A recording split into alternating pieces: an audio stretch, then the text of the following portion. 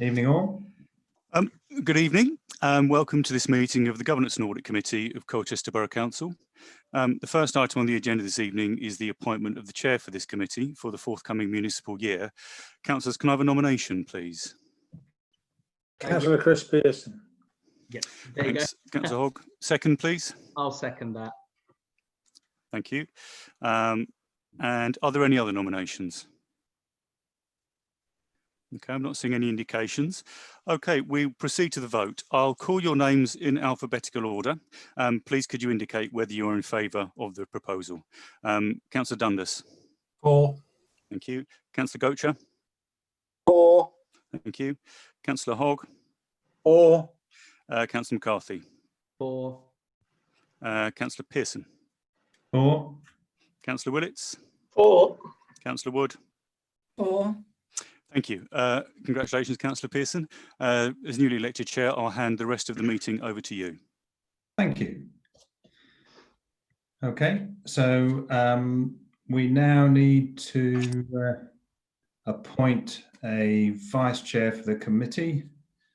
Can I have a nomination for vice chair, please?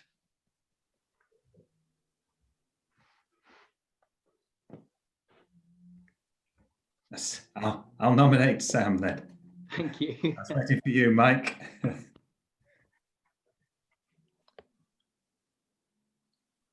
I have a second? Okay. Seconder. Yeah, thank you, Mike. Over to you then, Matthew, to do the honours, please. Okay, so same again, please, councillors. Councillor Dundas. For. Councillor Gocher. For. Councillor Hogg. For. Councillor McCarthy. For. Councillor Pearson. For. Councillor Willits. For.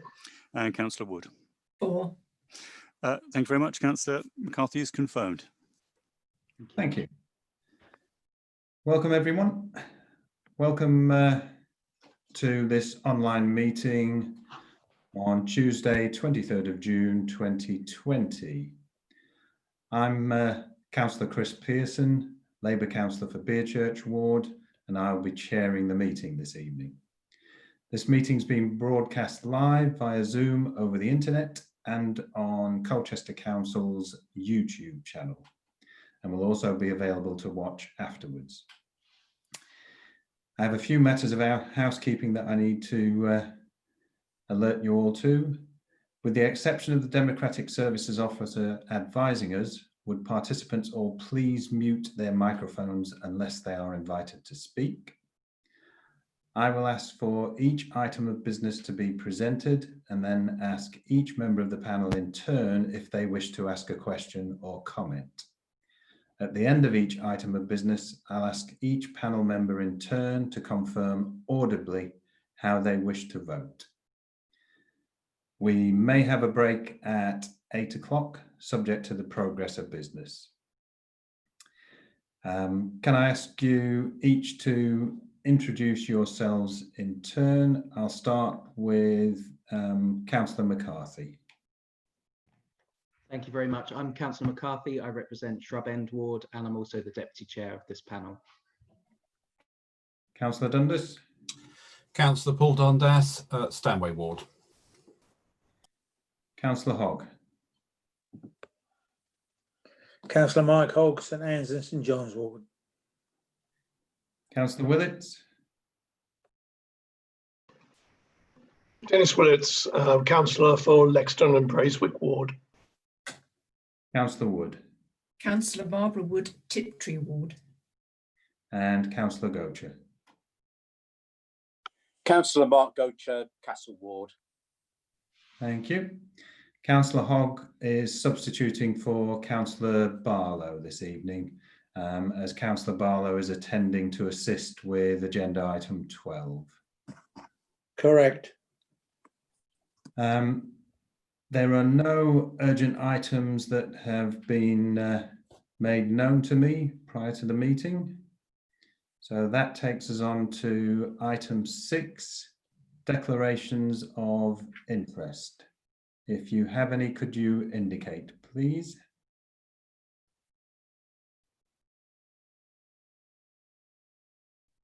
I'm not seeing any.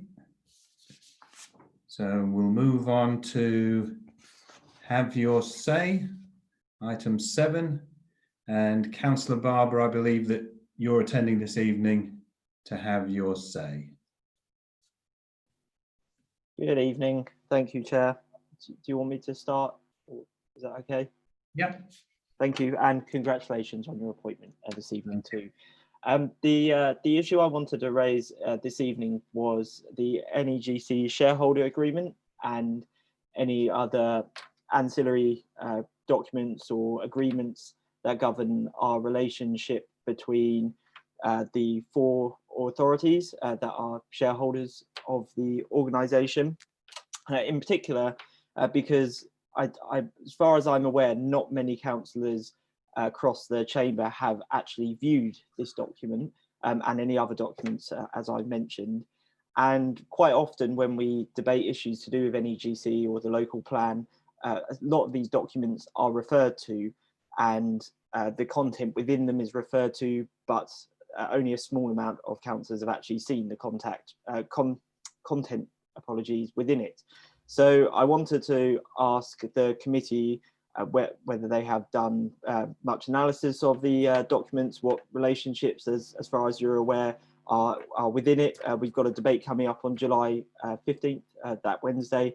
I think that's July 15th. And also more of a request, which is my main reason for speaking this evening, is that I think that it's appropriate for all councillors to see the paperwork when we discuss NEGC, even if that's in the private section because of particular commercial sensitivity, because I really feel that when we have debates in council on whatever issues, that we should all have access to documents that may be referred to in the debate that are central to the debate. So I wanted to come to see if I could get your support for that matter this evening. So when we do debate the issue at the local plan committee and then at full council, councillors are able to make an informed decision by having all the information at their disposal when coming to discuss and vote. And that's all for me. Thank you. Thank you, Councillor Barber. NEGC has never come before Governance and Audit Committee previously because it's an organisation that operates across several authorities. I know we have had a brief chat prior to this meeting about whether or not something should be coming to governance in the future. So I share your suggestion that it should do, and obviously we'll deliberate on that as a committee going forward. This committee, though, has no power to suggest to full council that it has access to that document. I would suggest that you take that up with Cabinet and with the leader of the council.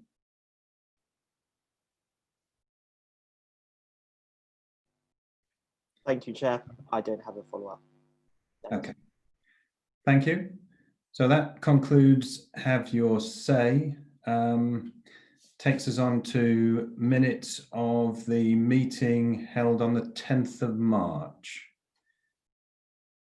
Can we accept those as an accurate record? Matthew, you want to go around? I'll just run down the vote again, Chair, if that's okay.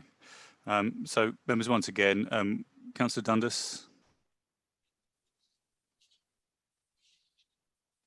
I think that was agreed. I'm a space bar. Yes, agreed. Thank you. Councillor Gocher. 4, agreed. Councillor Hogg, I'll omit you as you weren't present at the meeting, if that's okay, and we'll move on to Councillor Correct. McCarthy. Agreed. Councillor Pearson. Agreed. Councillor Willits. Agreed. And Councillor Wood.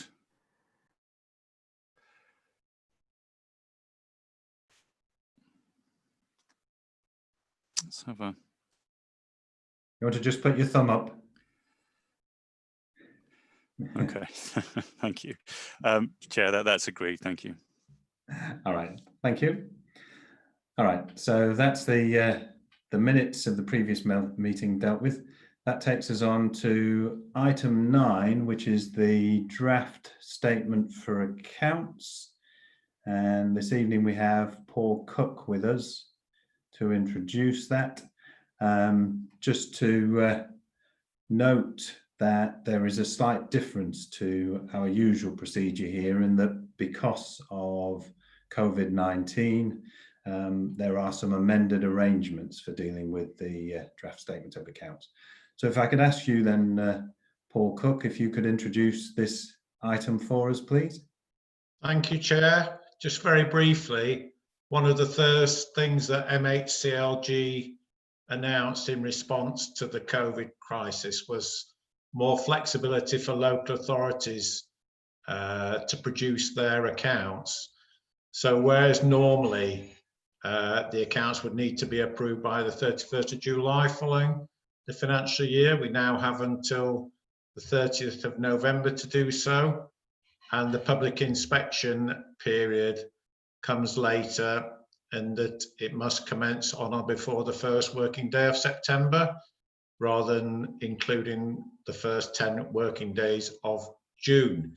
However, after discussions with BDO, our external auditors, we are proceeding pretty much to the original timetable. We have published a draft statement on the council's website, and once your committee has approved the annual governance statement, and that too is published, we can commence public inspection.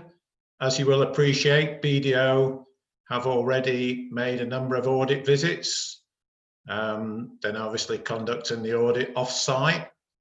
As we speak, they have 6 auditors working on the accounts. Nothing to be alarmed about. It's just I don't think they've got much other work at the moment, so they've sent everybody to Colchester. We have got an issue we haven't managed to clarify with them yet as to when they will actually sign the accounts, because the long stop date is the 30th of November. We don't see any reason, if having completed the audit, they're prepared to sign them, we could go a lot earlier, so that we are clarifying. One of the main changes this year is that we're now consolidating the Amphora group, and you will also note in the narrative statement that we cover the key achievements for 1920 and the future impact of COVID-19 on the council. And then turning to the statements, all 164 pages of them, would particularly like to thank Councillor Wood for her very detailed scrutiny of the draft accounts. So Councillor Wood's picked up a number of rounding issues in some of the statements, which we can correct in the final version. And also I must apologise, the group balance sheet on page 140, not sure why, but that doesn't seem to be the final version of the statement that should have been included, so we'll tidy that up when we bring the accounts back for presentation. So that's it in a nutshell, Chair. Welcome any questions. Thank you. Thank you, Mr. Cook. So I'm going to take questions or comments in order as I indicated in my introduction to this evening's meeting. Councillor McCarthy, anything you want to comment or say? No further comments from me, Chair. Thank you. Councillor Dundas. No comments at the moment, but I'll come back in the end depending what other people have asked. Thank you. Councillor Gocher. No comments at the moment. Councillor Willits. Mr. Chairman, I have 2 points. The first concerns the narrative, and I know we're really focusing on the numbers and whether the numbers add up and are a correct reflection of the council's activities in accordance with its accounting policies. But the narrative, which sort of sets the scene for the accounts, I feel is equally important, and it should be coherent. And when I read it through, it would appear to me, and may be wrong, that the narrative was really written before the COVID problems occurred. So, for instance, under the principal risks and uncertainties reported in the accounts, the 2 main risks are Brexit and the decisions on North Essex Garden communities. Then if one reads on, it becomes fairly obvious that late in the day, there was the impact of COVID. And so an extra section on the risks and uncertainties associated with COVID have been bolted on page 13. That's the original account number, rather than the way it appears in our agenda. So on on one page we have the some of the earlier principal risks and uncertainties. Then we have COVID, and I think logically it should flow, even although it is just a narrative and not the main part of the accounts. And I would like to see all the issues brought together in one place, particularly on risks and uncertainties, because after all, COVID, I think, is going to have a greater impact on the medium-term finances referenced in the statutory accounts than either Brexit or any GC. So that was my first point.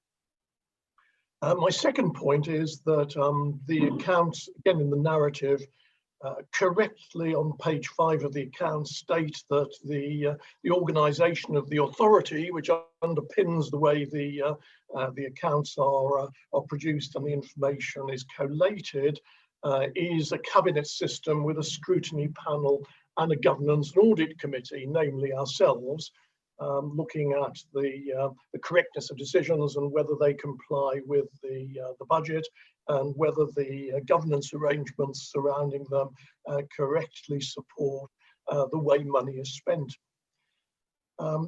There is an absence in the narrative of the fact that during the last month of the financial year, that the council had unilaterally, and in my view illegally, suspended scrutiny of major financial decisions, contrary to the Local Government Act of 2000, which says one has to have an operating scrutiny committee working alongside Cabinet.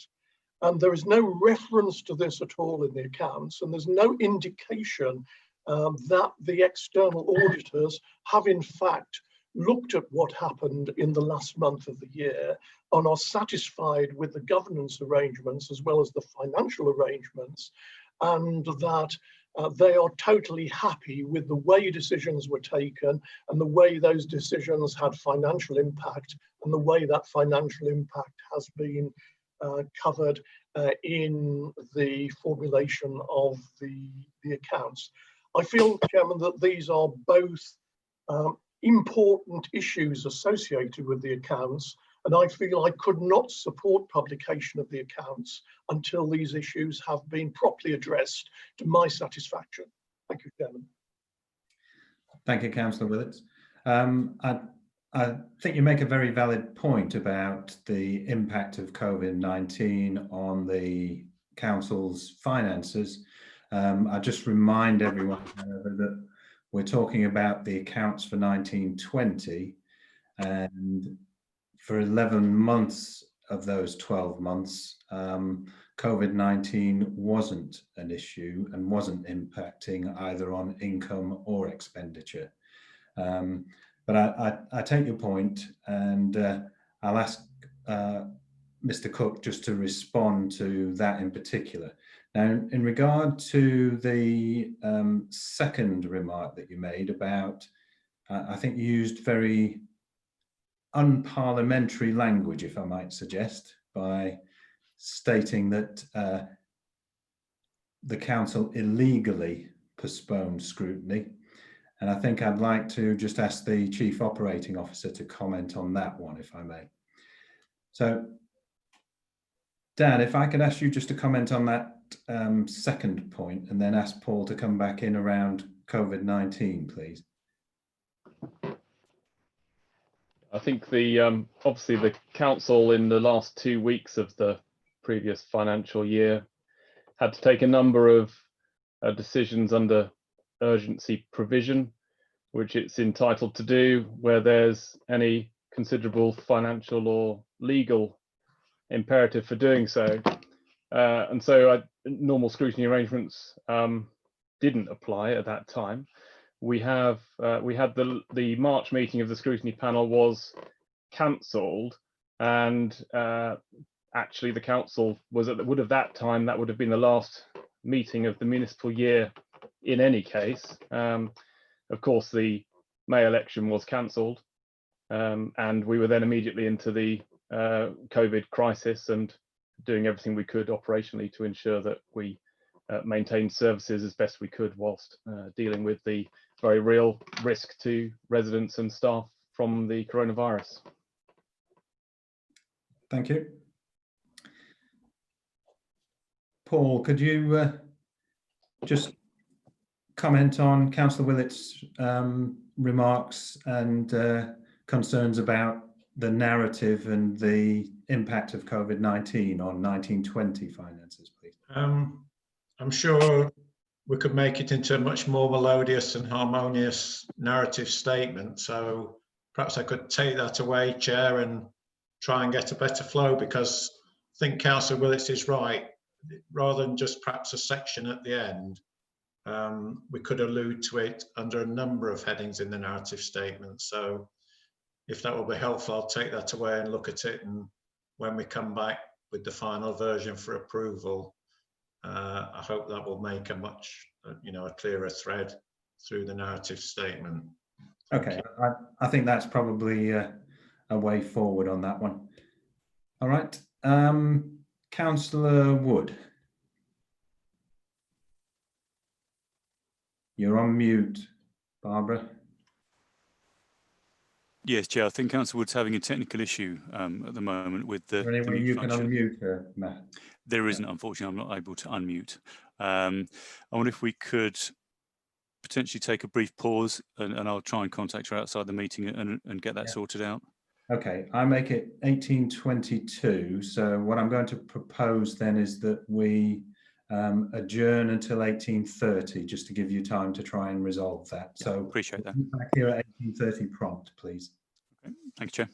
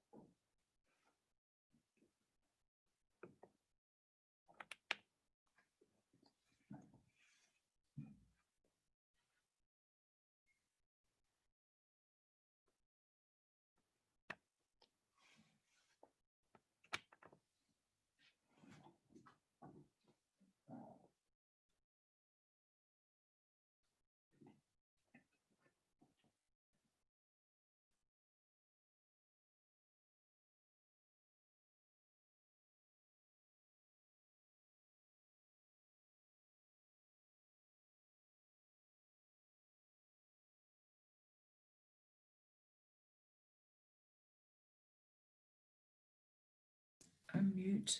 Hang on.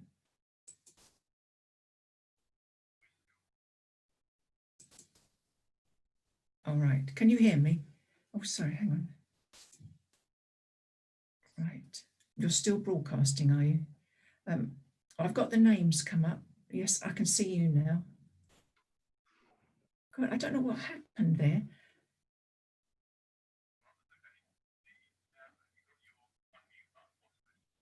It's unmuted. Yes, it's unmuted at the moment.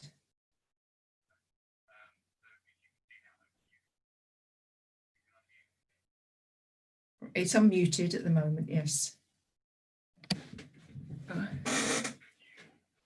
I'm just thinking, Barbara. You want it unmuted, yes? If you keep it unmuted and just try and remain quiet as a mouse when you're not on, that might help you. Sorry, someone was talking to me in the background.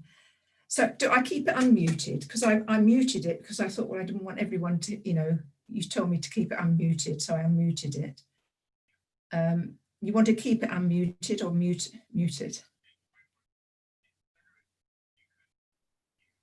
Right. Well, yes, and that's what happened. I think I muted and I went to unmute and I lost the picture. But anyway, I've learned now to go into Zoom with the control. Yes. Yeah. Okay, fine. I'm ever so sorry about.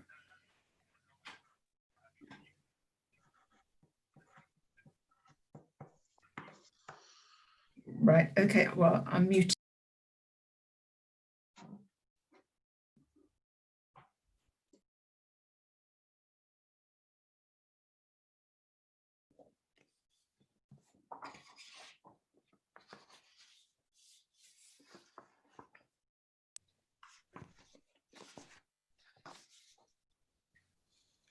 Yes.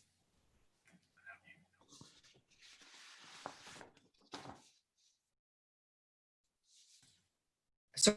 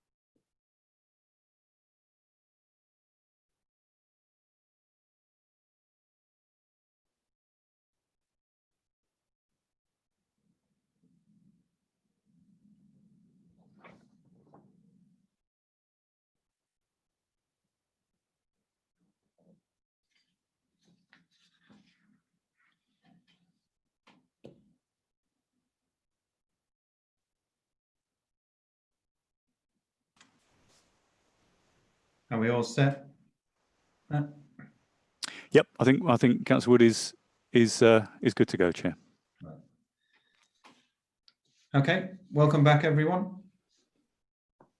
If you've turned your video off, members, could you just turn your video back on, please?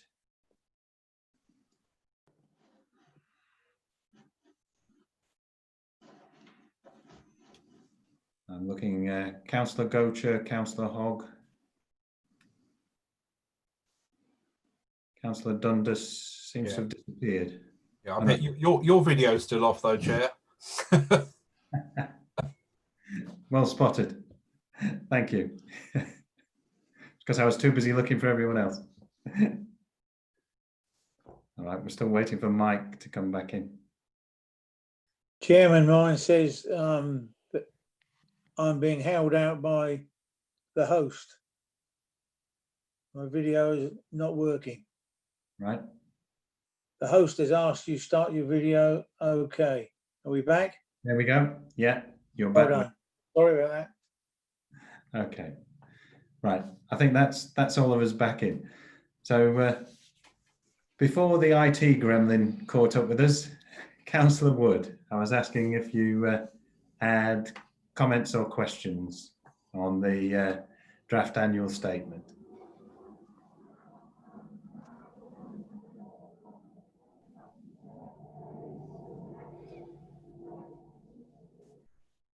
I think, sorry, Barbara, but. Sorry, I'm muted. Sorry. There you go. Right. I wanted to ask Paul. That's all right. You would have been drowned out by the helicopter going over my head. They worked quite well. Thank you, Chair. I wanted to speak to Paul Cook because he mentioned that I sent him a list of errors, etc. I wanted to just tell him that I didn't check everything. So whether there's any more errors there, I've no idea. So I just wanted to reaffirm that. All right. Apart from that, no more questions. Thank you. Sorry. Well, thank you for going through them in such detail and assisting. Sorry, but I didn't do it 100%. I think there was something mentioned about a figure on page 140. Was that? Yeah, I heard that. Yes. All right. Okay. Councillor Hogg, any questions or comments? No comments, Chairman. All right. I hope the helicopter's not interfering too much with what you can hear. Right. Councillor Dundas, you said you were reserving your right. Was there anything? Oh, thank you. I think the helicopter's just on its way out. I think we're both suffering from the same helicopter. No, I was really just going to back up perhaps a couple of things Councillor Willett said. Because if we look at how we've got them written at the moment, we list the principal risks and uncertainties under a heading. But COVID-19 isn't actually there, it's under a separate section. But I think we'd all have to agree that at this moment in time, that is obviously probably the principal risk and uncertainty on the financial position of the council looking ahead for the next couple of years. That actual section lists what this committee thought were the principal risks in January 2020.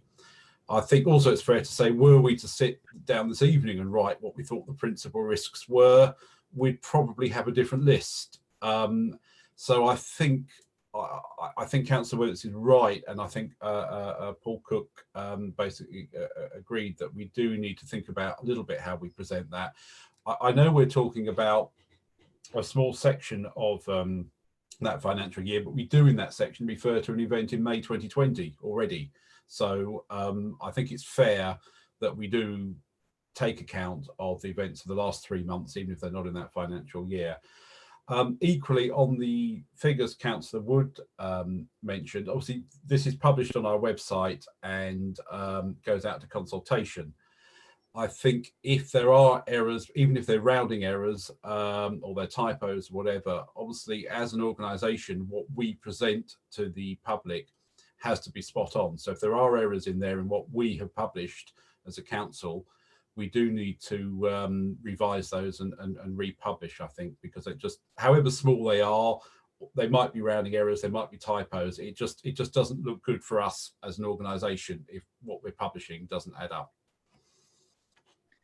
Thank you, Councillor Dundas. Yeah, I think Paul Cook's already picked up on the point that Councillor Willits was making, and that you've repeated there about the need to ensure that the narrative around COVID-19 runs through as a thread rather than as just tacked on. That said, as you quite rightly reminded us, we reviewed this in January, and I don't think any of us, when we reviewed it in January, would have predicted COVID-19 would have the major impact, or any pandemic or even an epidemic would have had any sort of impact on the finances that this has. But you make a very valid point about when we look at the 2021 figures, COVID-19 is likely to be the major impact, and probably going forward for at least a year, if not 2 or 3 after that.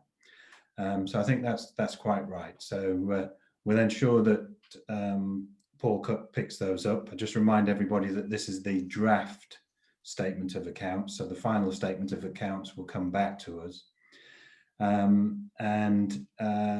think, again, you make a valid point about what should be published, how it should be published. We need to ensure that we've gone through the final statement of accounts with a fine-tooth comb to ensure that any error is kept to a bare minimum. You know, we are human, so we know that occasionally an error will creep in, a zero here or a point there, but you're quite right. We need to ensure that whatever we do publish is accurate. Okay, anything you wanted to come back on, Paul? I don't know if I pulled a face, but somebody's cut off my video. But no, I mean, I think those are very just points. So we'll certainly tidy up what's on the website straight away for those addition items. And I think, you know, it is a genuine point that when we look back, nobody will be really interested in what happened for most of 1920. That's a way I look at it. Perhaps we get a fuller revision at the stage of approving the final accounts. I don't think that'd be quite simple to change that, but no, I mean, I accept those are very good points. Thank you. All right, thank you. So we've been asked to consider the report. Councillor Gocher. I'm happy to note it with the comments made as well. Thank you. Councillor Hogg. Duly noted with the comments made. Great, thank you. Councillor McCarthy. Yep, noted with the comments made. Thank you. Councillor Pearson. Same here. Thank you. Councillor Willits. Not happy to support the accounts in their current form. But are you happy to note the proposal here? No, not happy to note it. Okay, thank you. Councillor Wood.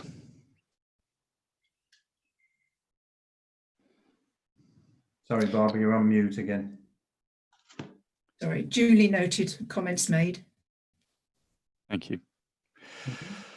Well, Chairman, the report is the draft statement of accounts have been noted by the committee. Thank you. Right, thank you. Thank you, Mr. Cook. Thank you. Thank you very much. That takes us on to item 10 then, the year-end internal audit assurance report. And Ms. McGrath, I believe you're introducing this one. Yes, thank you, Chair. This is the year-end report for the internal audit performance for 2019-20. You had a mid-year report earlier on in the year giving you the first 6 months performance, and this is the second 6 months of the year. So tonight I'm asking you to note and comment on the performance of our internal audit service, and actually the activity that was undertaken, so any particular audit areas that you might have concerns with. During the period, several audits were undertaken and they're listed for you in the report. Several of the audits achieved a full assurance rating, which is good news. And we had 2 that have achieved full assurance from substantial. So that was Debtors and Leisure World. We had 3 priority 1 recommendations, which are the highest level recommendation. 13 priority 2, and 3 priority 3 recommendations, which are the lowest level. They've been set out for you in the report, and you can see which audits, their assurance level, which one's been completed, their assurance level, and the different recommendation levels that were made. The one audit that achieved a limited assurance rating was payment controls, and that has been set out for you in Appendix 2. So that gives you a highlight of the recommendations that were made as part of that audit. Also set out the performance of the internal auditors, which was Mazars. As you may know, Mazars completed their contract with us on the 31st of March, hence they are not with us tonight. Normally they would co-present. We have appointed new auditors. It's a company by the name of TIA Limited, and they will be at the next meeting when I report on the internal audit performance. We are looking at the internal audit programme for this year. Obviously, earlier on in the year, you agreed an internal audit plan for 2021. That has changed slightly, and just following on from the previous conversation on the statement of accounts and the impact of COVID-19, our internal audit programme is now being reprofiled to ensure that we are picking up on those areas and those issues that you've already highlighted in terms of our governance framework. So one of the first audits that our auditors are actually working on at the moment is a look at how we responded as an organisation in terms of making payments, payroll, those sort of things, in the circumstances we found ourselves in at the end of March. So hopefully going forwards, that will also give you some reassurance about the governance arrangements regarding the actions that we undertook and will continue to undertake as a result of COVID-19. But really, it's whether you had any questions or any concerns or anything you wanted to ask about the report. Thank you. Yeah, it's always concerning to see a priority 1 in the audit, but it's good to see that we're already taking steps to address those. So I'm going to go around again. Councillor McCarthy. Thank you, Chair. Nothing to add. I'm happy with the report as it is. Thank you. Councillor Dundas. Nothing just at the moment. Thank you. Councillor Gocher. Nothing at the moment. Councillor Withits. Chairman, I fully support the general tenor of the report and the way the audit hours have been allocated, all done very sensibly.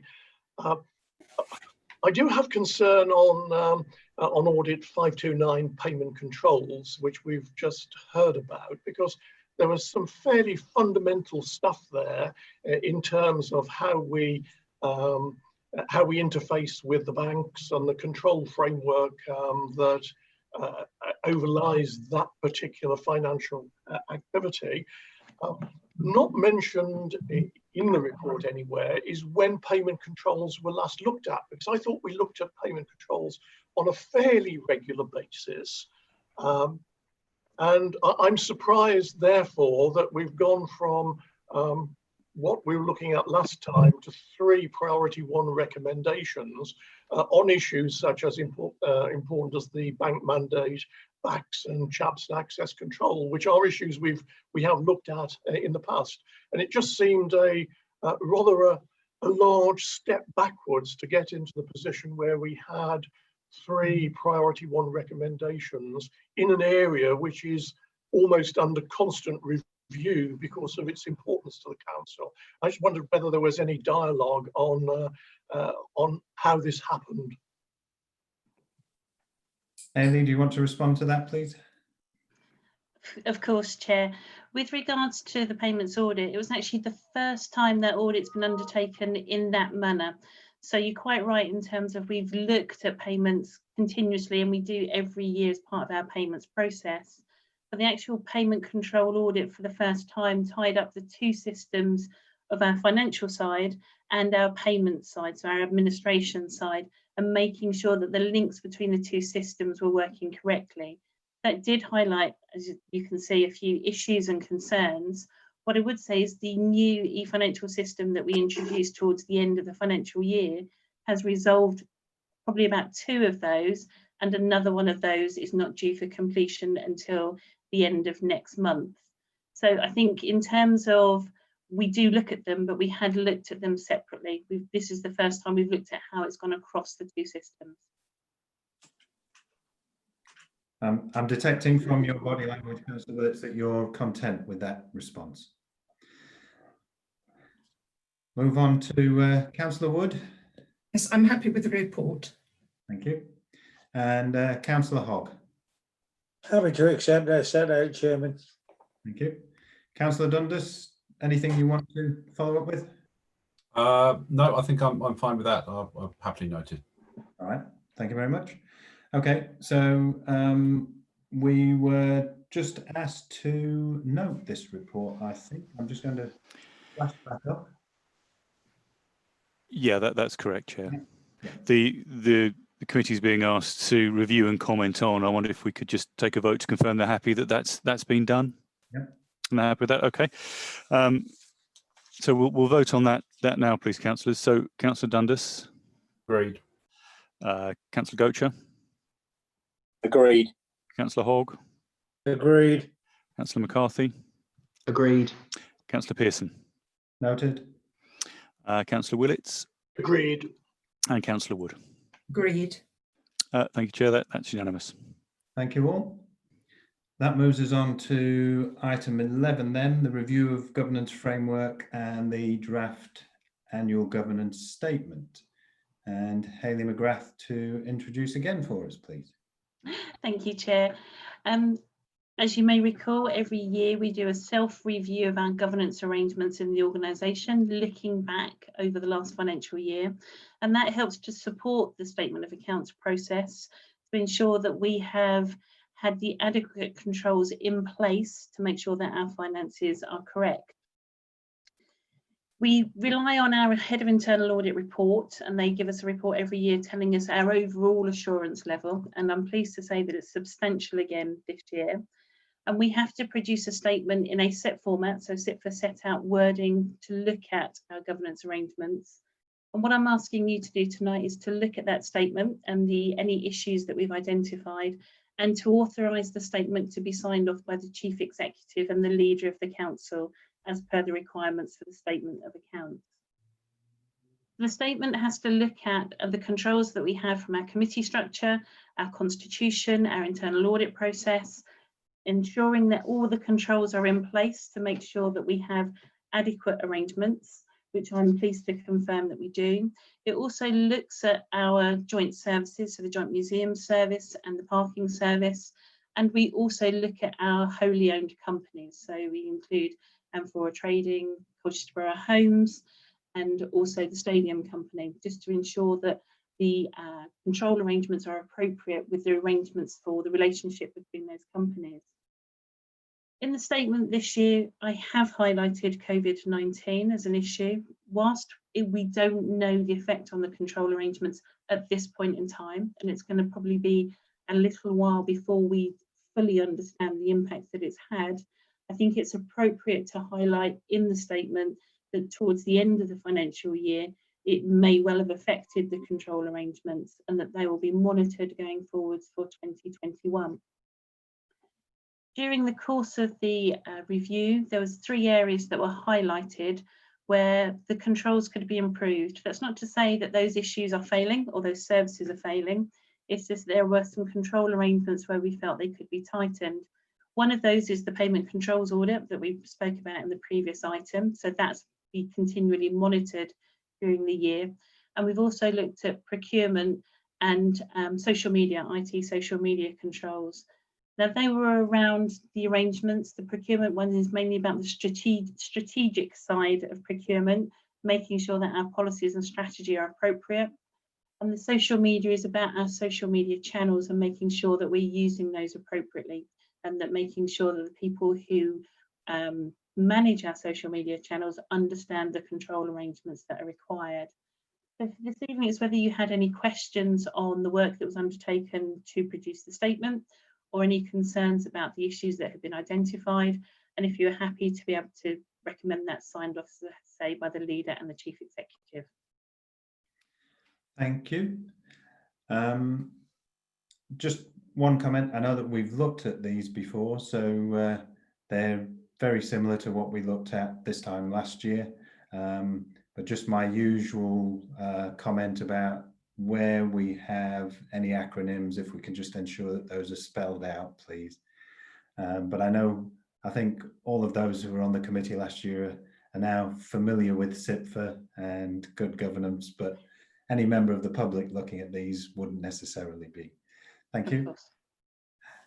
So just moving around the table again, Councillor McCarthy. Thank you very much, Chair. No comments from me. I'm happy with that. But yes, I agree with what Councillor Pearson says as well. Thank you.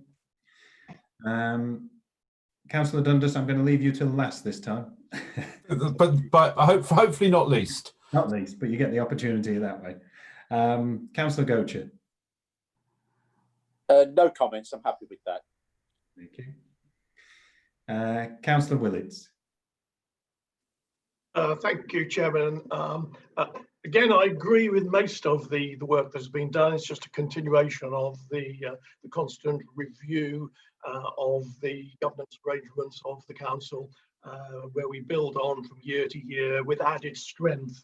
I am, however, with your permission, going to return to the issue I raised earlier on, and that was the last month in the year, where, as you will have understood from my earlier remarks, I have serious concerns about whether what happened in the last month actually conformed with Principle 7, that we had good practice in transparency reporting, audit, and I would add scrutiny, although it's not actually mentioned in Principle 7, to deliver effective accountability.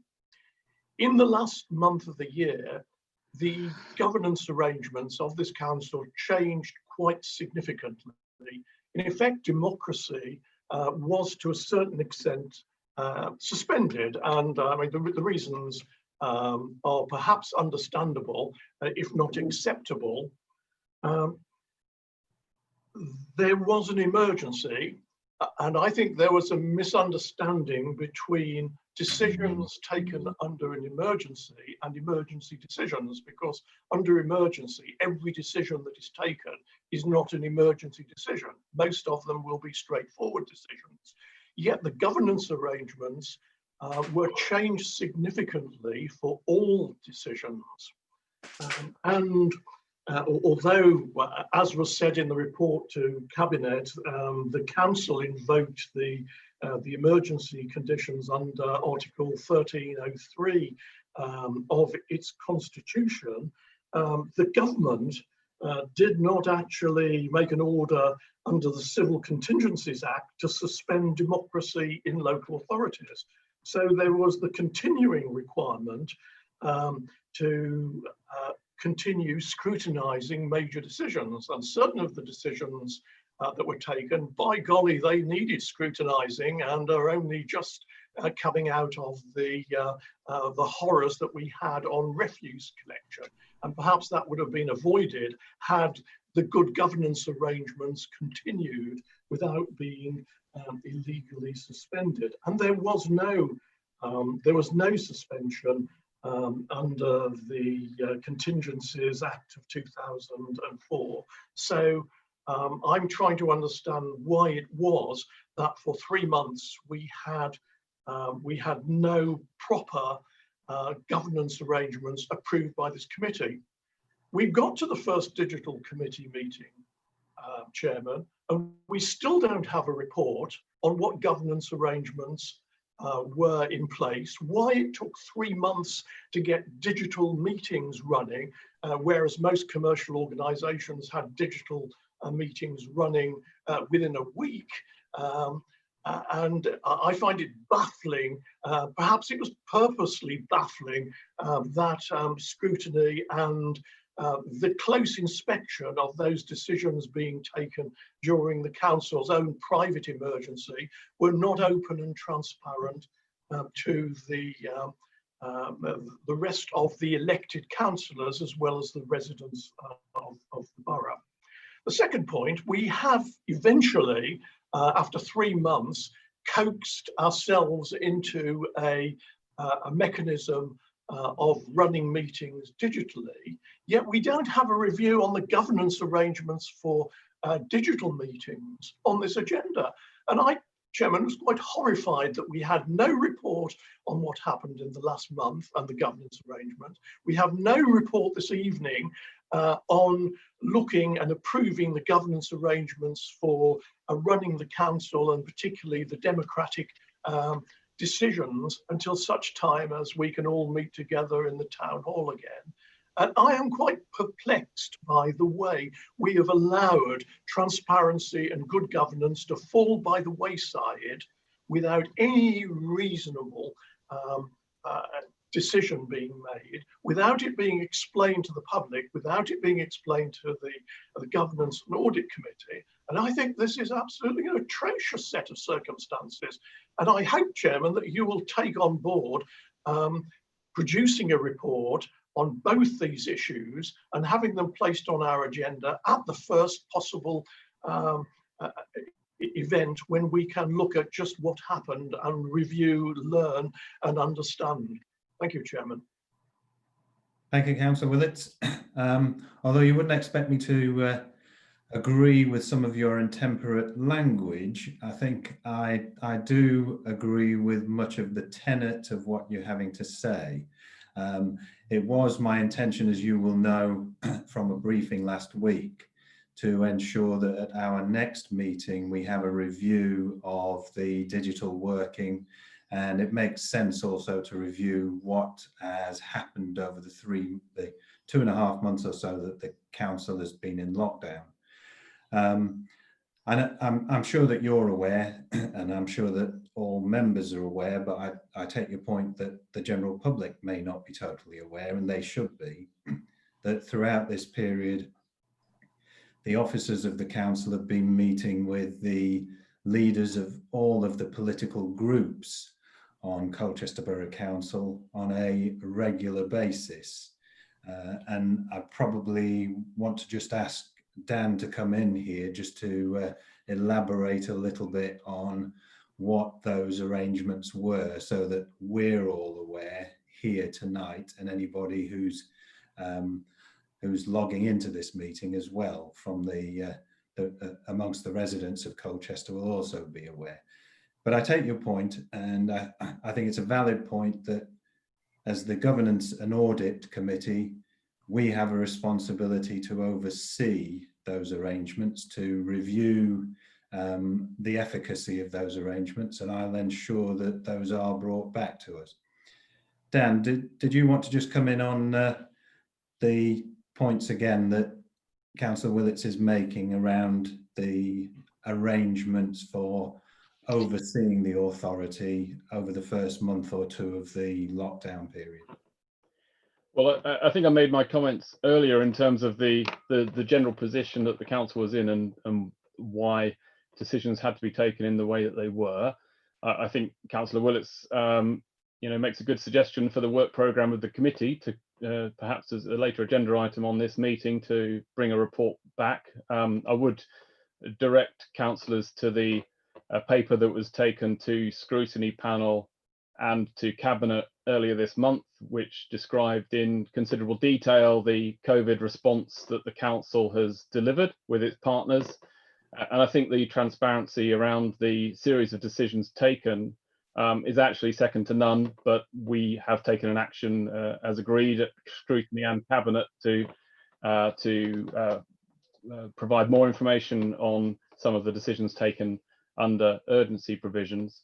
So I don't see a problem in giving a fuller report to a future meeting. I don't think now's the time to go into much more detail on the specifics, but I would say you're right, Chairman, in saying that any decisions taken really from the point at which decisions about services affected needed to be taken, they were taken in full consultation with all group leaders.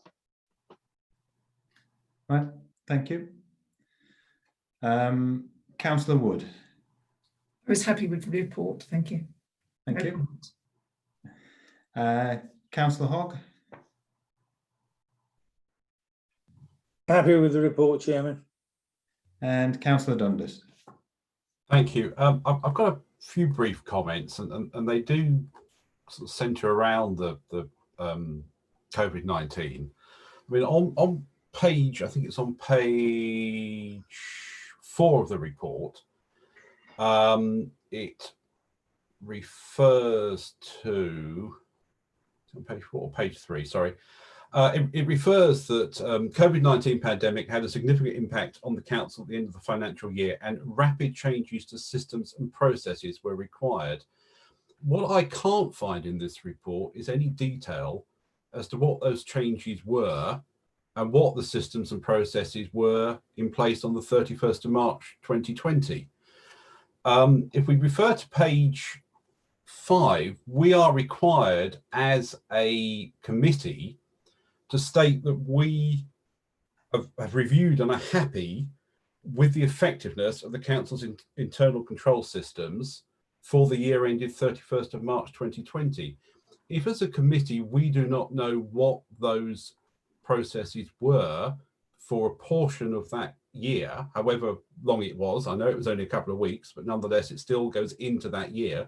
We can't put it into a different year because that's when it happened. I don't see how we as a committee can in all good conscience approve something we have no knowledge of, because I know the decisions taken and they have been through scrutiny, and I've got a long list of the decisions taken, but I cannot tell you what the internal control systems in place were on the 31st of March 2020, and there's nothing in this report telling us what they were. So how can we approve it? Okay. Hayley, did you want to come back on that one? Of course, and I totally understand the point made. When I referred to systems and processes, we actually had to implement complete systems as a result of COVID-19 and the changes in legislation, such as the small business support grants, or the items that we were given a responsibility to undertake, which we had no prior knowledge of or expectation earlier on in the year of those being landed with us. We had to implement those, and that there were what I was referring to, and also the changes to the digital side, the meeting side. And I think it is really difficult for me to say to you that they are 100% accurate at this point in time. And I think that's the point I was trying to make. Because they were so sudden and so unexpected, we haven't had time to verify them. So we haven't had time to audit them yet. We have already set out some audit arrangements for those systems. So we've already drawn up some audit briefs, some drafts, and discussing those with the senior officers concerned to look at our response to those new systems and processes. So for example, we're dealing with Sam Preston, looking at how those support grants have been put together, how we've verified the applicants, how we've made the payments. It will take time for that verification to come through. It's unfortunate that the issues occurred at the very end of the year with control arrangements, with internal audit and the assurance process. It's looking back, and we don't have time to be able to do that in the space of 3 weeks, but we will be doing that going forward. So what I can assure you is when you have the next internal audit report 6 months into the financial year, you will see the results of those audits. So you will then understand if there were concerns of how that's worked.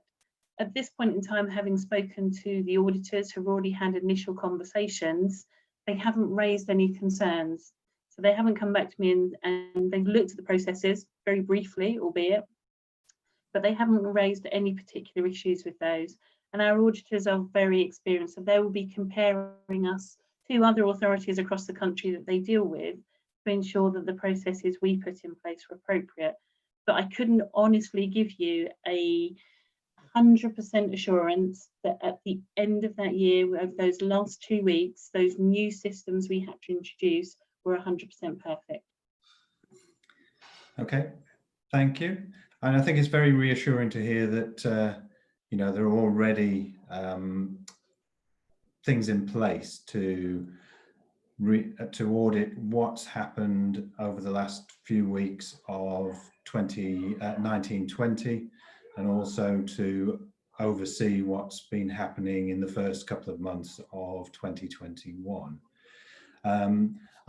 I hear what members are saying around the room, And I think what I'm going to suggest, unless there's any reason why we couldn't defer approval of the governance statement that anybody can suggest to me, either Dan or Hayley, that the recommendations are we consider and note the review, and rather than approve the annual governance statement, we defer the approval to our next meeting.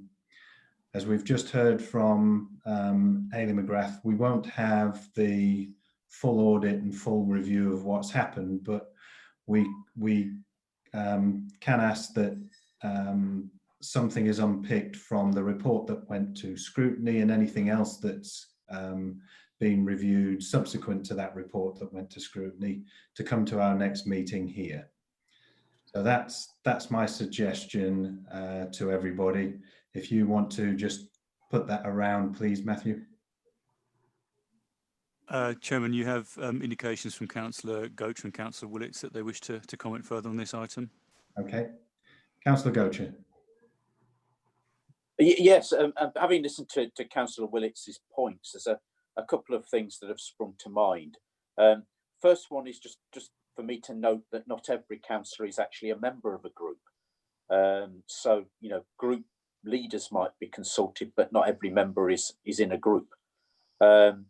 Secondly, in terms of the general kind of point about you know, scrutiny during this period and why has it taken so long to get online meetings up and running and so on, I'm just wondering if we are looking into whether how we as an organisation dealt with this is consistent with other councils, because this is going to be a national issue.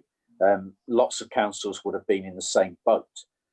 So is what we did consistent with generally what everybody else was doing across the country? Thank you, Councillor.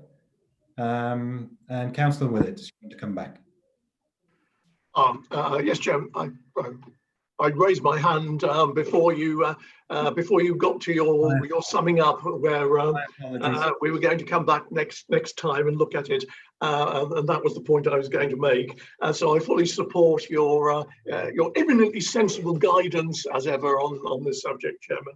But would ask that the report that we get back covers both the controls issue and also the democratic framework issue, not just the controls, which Hayley was focusing on when she responded to the earlier question, because I think they are both equally important matters of governance. And I'm sure that'll be taken account of. Thank you, Councillor Willetts. Yeah, I'm still having to get used to where the hands are in Zoom. I'm used to using Teams where the hand actually goes on the screen where you are. So I'll have to remember to look to the right of my screen from now. Chairman, Councillor Hogg, I believe, is also indicating he wishes to comment. Councillor Hogg. Thank you, Chairman. We've strayed into the area of scrutiny panel, and Hayley mentioned the small business support grants mechanism. I have to declare a pecuniary interest on this if we're discussing this, due to the fact that I was in receipt of a small business grant via the council. All right. Thank you, Councillor Hogg. I don't think we are, so I don't think you're in any danger, because that was just hopefully not. Yeah, and the only other thing just before Matthew takes the vote that I wanted to point out was, I know how much effort and resource has gone into arranging virtual meetings, and I think we also have to be mindful of the fact that some of us are more adept at using IT and engaging in virtual meetings than some other members might be. So whilst it might have been effective for some of us to engage in virtual meetings from very early on in this crisis, we need to be mindful that for a number of members, this really has been a steep learning curve. So I think as part of the report that comes back to us, I'd like to see, you know, what's had to be worked on, what's had to be done to drag all of us kicking and screaming into the 21st century. over to you then, please, Matthew. Thank you, Chair. So members, you're being asked to consider and note the review from the report, but to defer approval of the annual government statement until the next meeting of this committee. So I'll run through the list in the usual way. And on that basis, Councillor Dundas. Yeah, I'm happy to back the chair's suggestion that we defer it and have it back with hopefully some more information on some of the things alluded to in the current report as to where we were on March the 31st. Thank you. That's lovely. Thank you. Councillor Gocher. Yeah, I'm happy to consider a note and then let it come back with more addressing the matters that have been raised tonight. Okay, thank you. Councillor Hogg. Agreed. Thank you. Councillor McCarthy. Yeah, approve the deferral as well. That's great. Thanks. Councillor Pearson. Yeah. Agreed. Councillor Willits. Agreed. Thank you. And Councillor Wood. That's an agreement, Councillor Wood. Agreed. Sorry. Thank you. Thank you, Chair. That's unanimous. All right. Thank you. So that ends that item. We move on to item 12 and say thank you and good night to Hayley McGrath. So the next item is Colchester Commercial Holdings, item 12.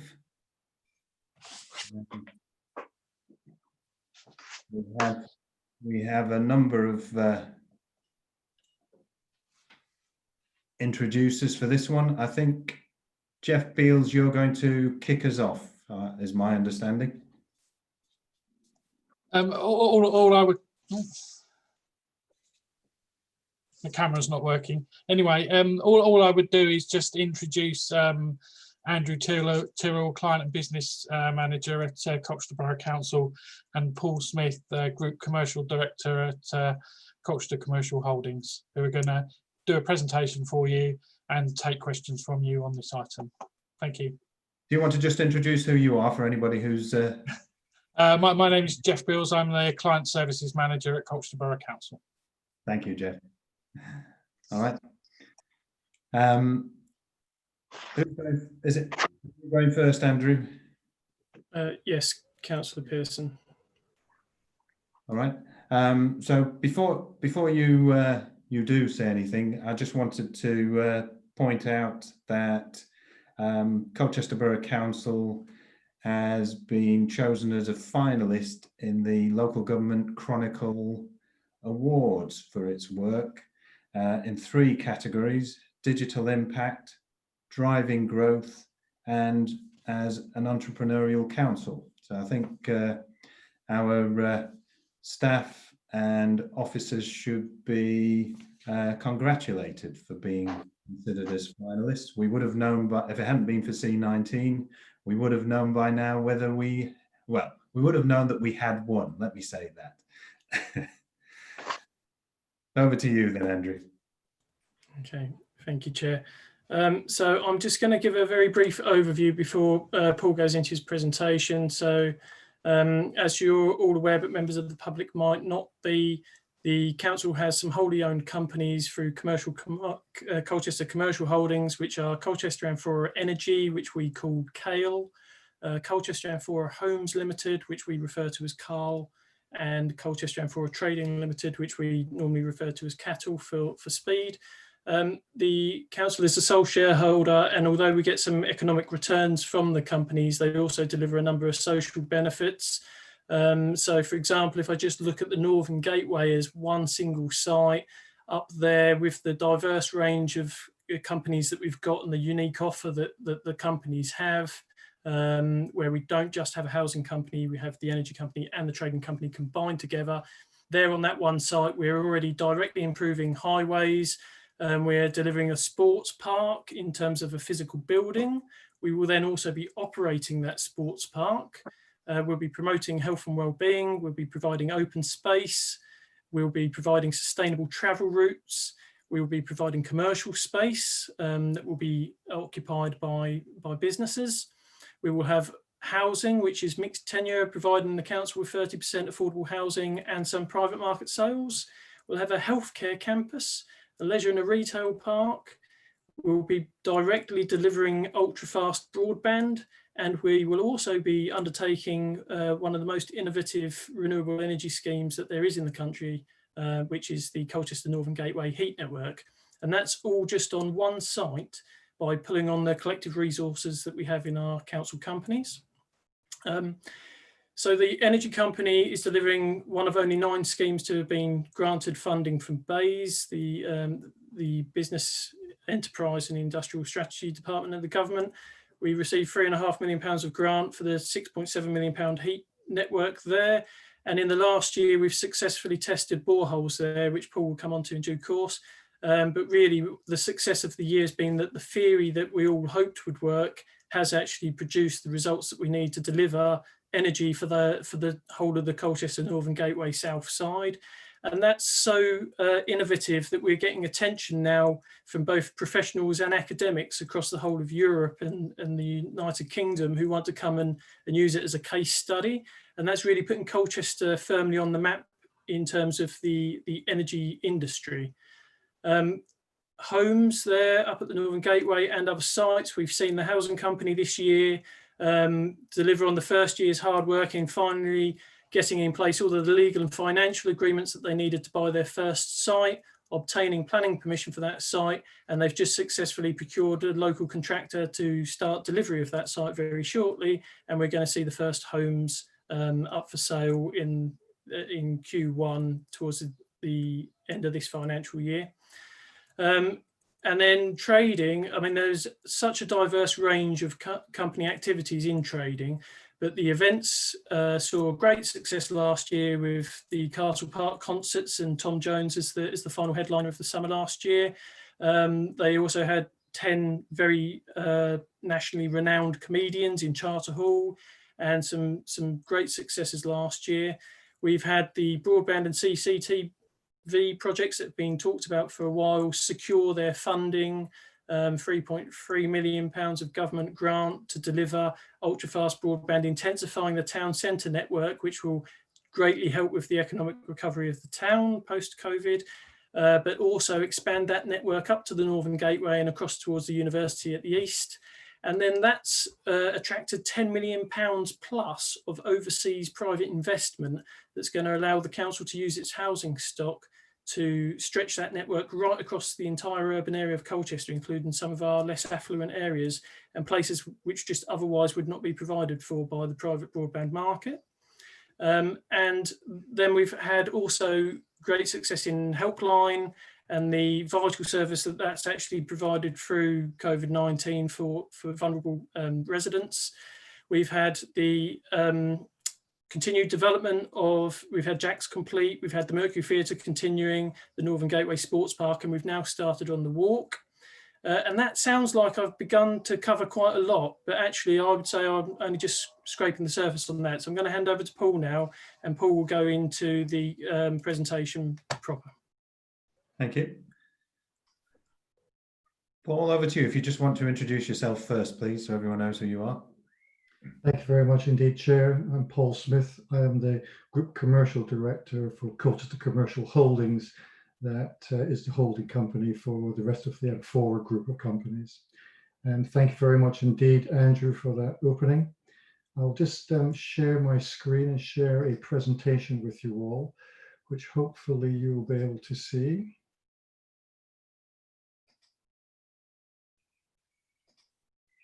Can everybody see the front page? Not yet. No, nothing coming. You might be. Are you you might need permission to be a presenter or host sometimes. Yes, I have sent this to Matthew just in case we did come across this. Matthew, are you able to give me the permission to share this? Yeah, Paul, I'll share the presentation for you. If you could indicate to me when you want the next slide, I think that would be the swiftest way of doing this. Is that okay? That is absolutely fine.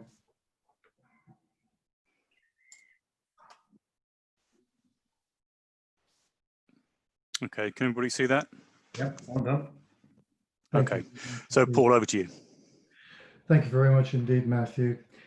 I think it's important to understand that the group of companies that the council set up 2.5 years ago, is a local authority trading company that is inwardly focused. What that means is that we're 100% owned by the council, and all of our benefits, all of our surpluses, our profits are returned to Colchester Borough Council so that they can actually have the benefit in financial terms, as well as all the issues that Andrew Tyrrell was highlighting. Just go to the next slide, please, Matthew. Thank you very much. I think I want to stress to you that this is the second year of trading for the M4 group of companies, and the required dividend as per the budget for year 2 was £394,000. And I'm very pleased to confirm to the committee, as our shareholding committee, that we have in fact delivered that £394,000 worth of dividend. I can also advise you that our auditors only yesterday have confirmed that they have completed their audit, and they confirmed £394,000 worth of dividend, and we're now in the process of finalising the statutory accounts and the annual review. As already mentioned by the chair, we were a party with the council in the Entrepreneurial Awards by the LGU, which I'm very, very pleased to say that the way that the council have set up the private companies, rather than just having the development companies as so many other local authority companies, local authorities have done, we've got the benefit of having a much wider, diverse business that is being put into the companies, which means that we have from year 1 delivered a very positive return. Throughout the year under review, the 2019-20 year, we have actually successfully managed all the assets, the commercial assets, managed the rental, looked after the capital projects, which has been touched on by Andrew, and events in the CCTV and helpline. And the great thing on the energy company, which we'll touch on a little bit later, is the boreholes that we have now been completed, and we really do have the framework for a heat network to be developed at the Northern Gateway. And of course, we actually commenced on our very first housing site, which was the Creffield Road. I will be touching on throughout this presentation some of the key priorities for this current financial year, which is the 2021, as we've had much discussion throughout this meeting with regard to COVID-19 and the effect that that has had on the council. And clearly, I want to advise the committee the effect that COVID-19 is potentially going to have on the M4 group of companies, specifically within the events section. But the key priorities there is really delivering the sports park, want to complete the building of the energy centre, get our first housing completions, hopefully at Creffield Road, get our planning consent for the Colchester Northern Gateway, the southern site, which has got all those aspects that Andrew was mentioning earlier. And now looking at the COVID issue facing us, is looking at a dividend of 226 for the third year, this current financial year. Next slide, please, Matthew. So just looking through what we have achieved, I won't focus too much on the achievements because I know that you've had this presentation in advance, and this is for the benefit of the committee and for the public. But looking at the key priorities for 2021, we will see the opening of the sports park that has been highlighted. This is going to be a premier sports park that's going to offer absolutely fantastic cycling tracks there, which we hope to attract national events coming through to Colchester. We've mentioned the ultra-fast broadband and the deployment of the digital. Now, this is going to be, for those people who are technically aware, this is going to be bringing to us 1 gigabit per second transfer and speed, which really will be placing Colchester well and truly on the digital map in the United Kingdom. Looking at making sure that the sports park is going to be very well supported in its operating plan, and secure additional funding for a comprehensive range of adaptive bicycles. So the sports park is very much a cycling venue, and we're actually looking to be all-inclusive with the range of activities that are happening on site. Next screen, please, Matthew. I'm just slightly pausing there because I've got the images of the committee over half my slides, so I do apologise for that. Then looking at CNG South, we are currently working on the infrastructure, as has been mentioned. This is the walk and the energy, and we're doing all the planning work to get all the road infrastructure and all the utilities planned that are going to serve the whole of the Northern Gateway. We have started on the completion. There has been some discussions with regard to Turnstone. So Turnstone, as we know, is going to be bringing some additional leisure facilities under a 35-year income deal on part of the land holding up in the Northern Gateway. And they are hoping to submit their planning application for that in July of this year. Next slide, please. So just running through some of the other key objectives that are here, I think it's very important. I mean, we've got an important part in creating community and sustainable living, and we do work very carefully with our other partners in making sure that we do create these creative, cultural and digital programs. That means that the living, working and enjoying one's life is very much part of some of the key decisions that we are coming forward with and assisting the council on, and making sure that we do look at everything in a very holistic way. Moving forward, we are looking at some of the Section 106 funding for some of our community buildings, wanting to carry on our close partnership working with our partners across the borough. And again, deliver this gigabyte, this LFFN, the local full fibre network project, as Andrew has stated, right across Colchester and into the outer suburbs. Next slide, please. Then looking at the estates and asset management, we do manage on behalf of the council its commercial portfolio, and you can see that it is normally worth £3.2 million of income. That is obviously going to be affected as we come out of the lockdown and the measures that are being taken. We've also assisted in the sale of assets generating £1 million to the council, and we have got one property under offer that the council wanted to sell from its HRA. The asset management initiatives really have resulted very strongly in our receipts that we're managing. We do offer, we've got several charter surveyors, and we do offer extremely good professional advisory role, enabling some further and in-depth decisions to be made. Next paragraph, next slide, please. So moving forward, we have got to review the asset management strategy and how this is going to be affected from COVID and coming out of the lockdown. We're looking to make sure that we do try to limit the reduction in income and minimize the void costs, but the government has issued out guidance with regard to what local authorities should be looking to do to assist companies coming out of their lockdown period, and making sure that we are assisting in coming out with assistance on their business.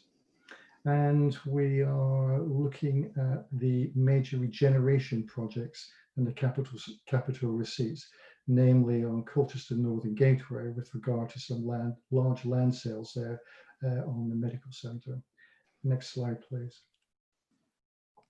Our events that have already been mentioned by Andrew, you can see there that the events is the fundamental part of the business that really drives a significant financial benefit.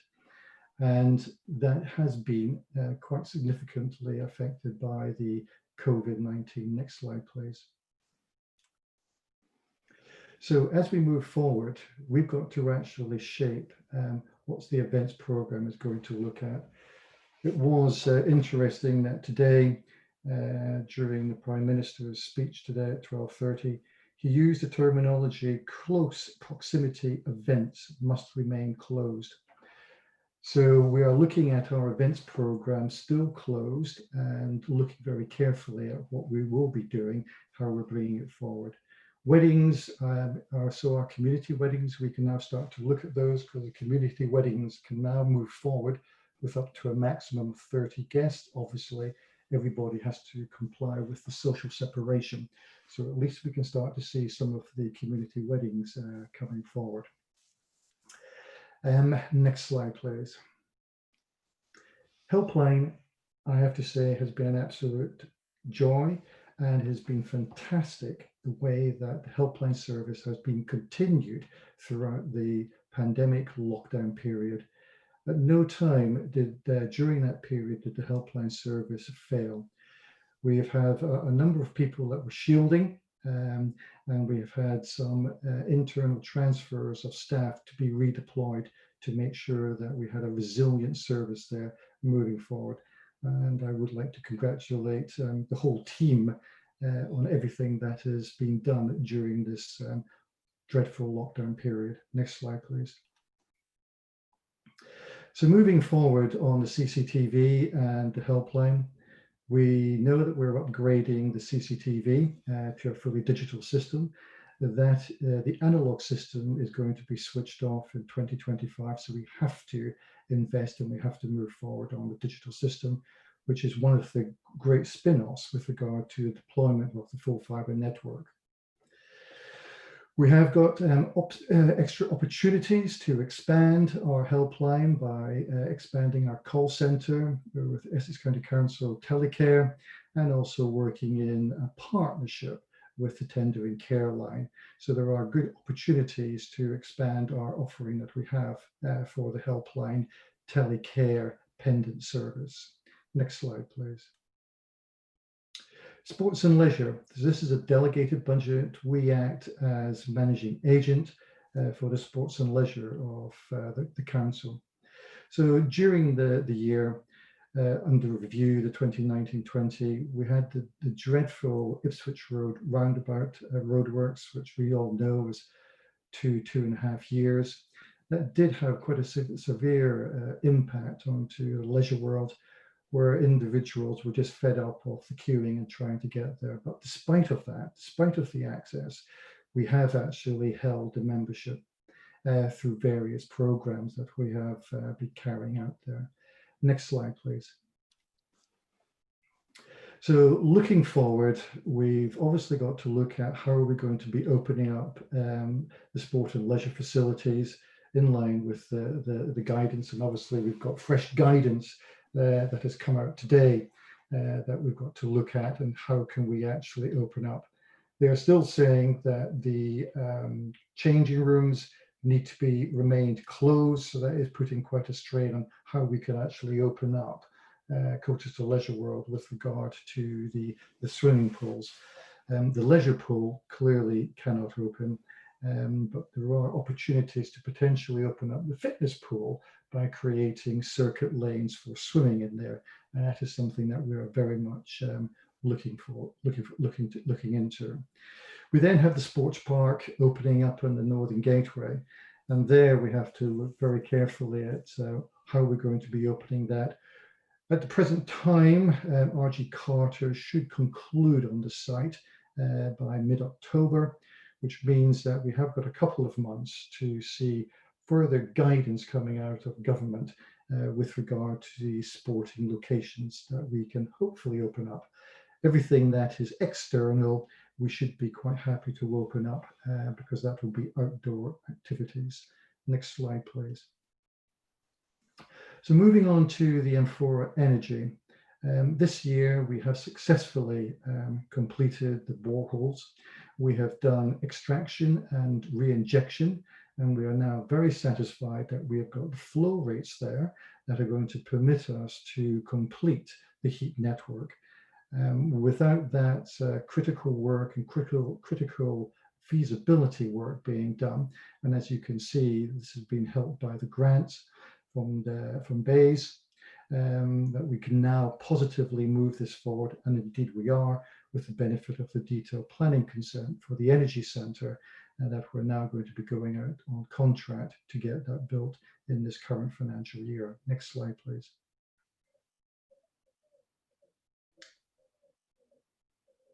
Matthew, is next slide, or is you? No, apologies, Paul, I'm having an issue with this. Bear with me. That's okay. Well, Matthew, oh, there we go. Thank you very much indeed, Matthew. So moving forward, we are installing all the piping and ducting within the walk for both the heat network and also for the digital deployment, so that when the walk is completed, all the infrastructure work can be easily pulled through or is in place. We can actually see that we've got also there the renewable heat incentive, which will actually be an ongoing incentive per year as we deliver the sustainable heat network. We are looking to start the construction of the Energy Centre and finish it off hopefully by March 2021. And we are very excitingly looking at creating our feasibility for a microgrid network. So this is going to be working from PVs to create electricity that we could potentially put to our housing and also sell it to the medical centre as well. Predominantly the PVs will hopefully be on much of the roofing there. Next slide, please. Moving on to the homes business. A great year, great moving forward. Development work always takes time with regard to the setup. Planning approval for Creffield, planning approval for Military Road, which is 100% affordable housing, as you may well know. St. Runwald Street is an interesting site that is constantly being reviewed to see if we can make that a feasible site to take forward. We've also got our garage sites that we're taking forward, Buffett Way, Scarf Way and Hardings Close. And you can see that we're now going to be moving forward and taking those through to next slide, please. One back, please. Thank you very much indeed. So moving forward on our key priorities for next year is that Creffield Road, to aim to try to get that completed for March 2021, to see if we can get some of those sales through in the last month of the third financial year this year. Military Road, delivering the affordable housing there. The Northern Gateway South, once we get the outline planning consent, which will hopefully be later this year, to then move forward and get the reserved matters, the detailed planning application for all the housing that is up there. And just to remind you, we are always delivering 30% affordable housing. Looking at St. Runwald Street, and then we've got the phase 2 garage sites that we're looking at, and then potentially some phase 2 housing sites that we can move forward on. Next slide, please. So looking at everything that I've just gone through there very, very briefly for you, just looking at some of the assumptions that we've written into the revised budget for year 3 for this current financial year, is that we've got all the SLA charges that have been index linked, and they are spread across the companies. Back in late April, May, when we were producing this, we did actually look at that the events business would be significantly affected by COVID. So we understand the events business is quite a generator of income to the council. And that's really been upheld by today's decision that the events business is still going to be closed.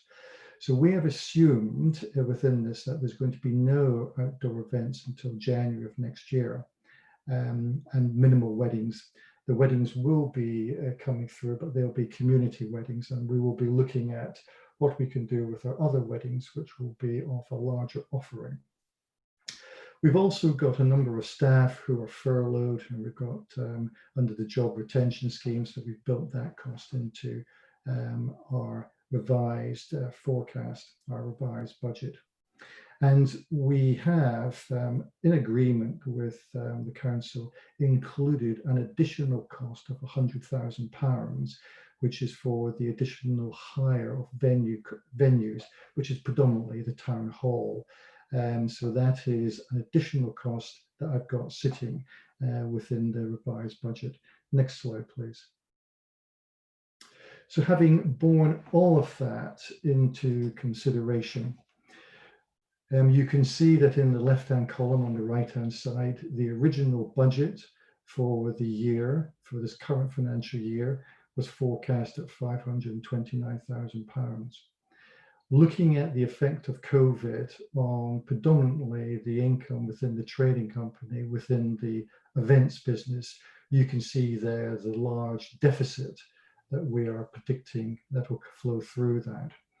And having considered the business plan, having considered everything that I've just run through here, it is estimated that the dividend for this current financial year is £226,000, which I believe is a fair reflection on a fair performance, predominantly out of the events business, our trading company, that will actually underpin and deliver that. So next slide, please.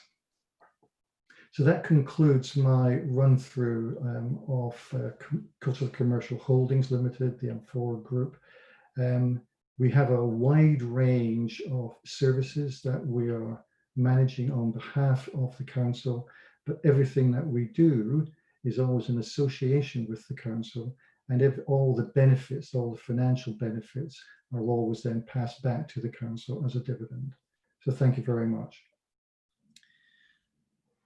Thank you, Paul, for a comprehensive overview of what CCHL has done in 1920, but also the impact of COVID-19 on how the businesses will be able to, or will be impacted rather, in 2021 and going forward.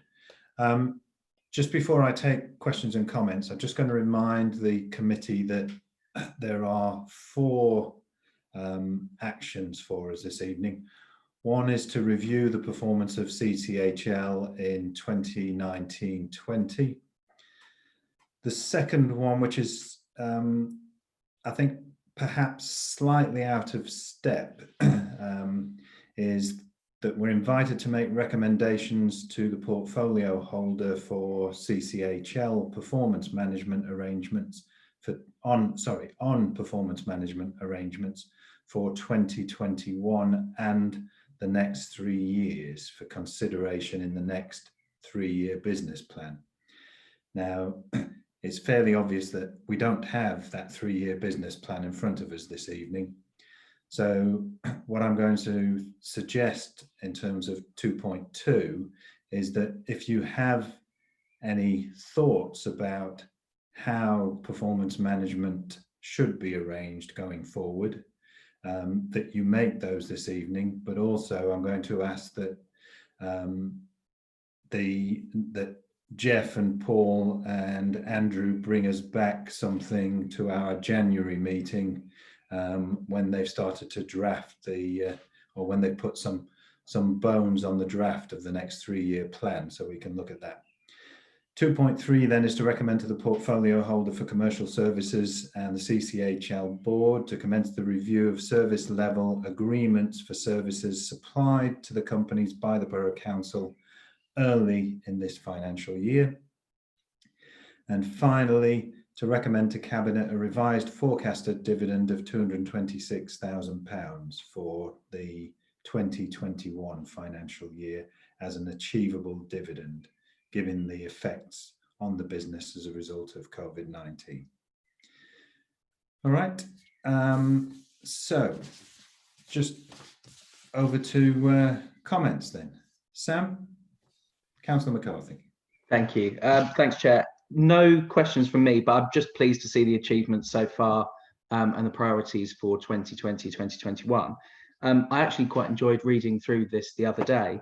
I'm impressed that over 50% of the event tickets sold are from outside of the borough, and it's also really nice to see that the membership is holding up at Leisure World. So just some positives there. Right, thank you. Councillor Hogg. Just to compliment the officers on the report. Very, very in-depth report, very, very positive. Very glad to see it. Thank you very much for providing the information as the new boy this evening.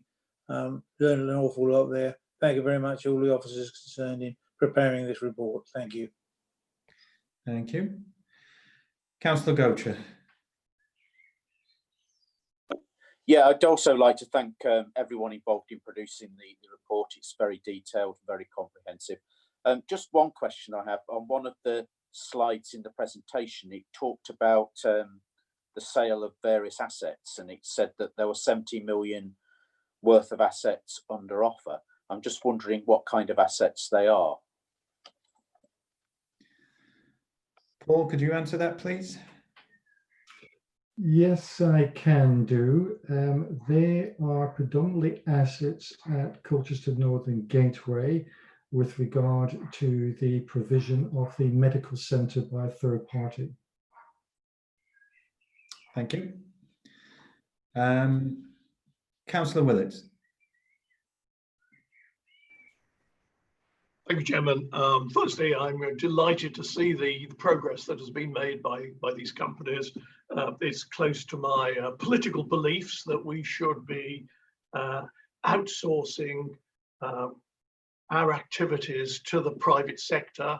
And I think this is a halfway house. It's still a controlled, what is described in law as a regulated company, wholly owned by the council.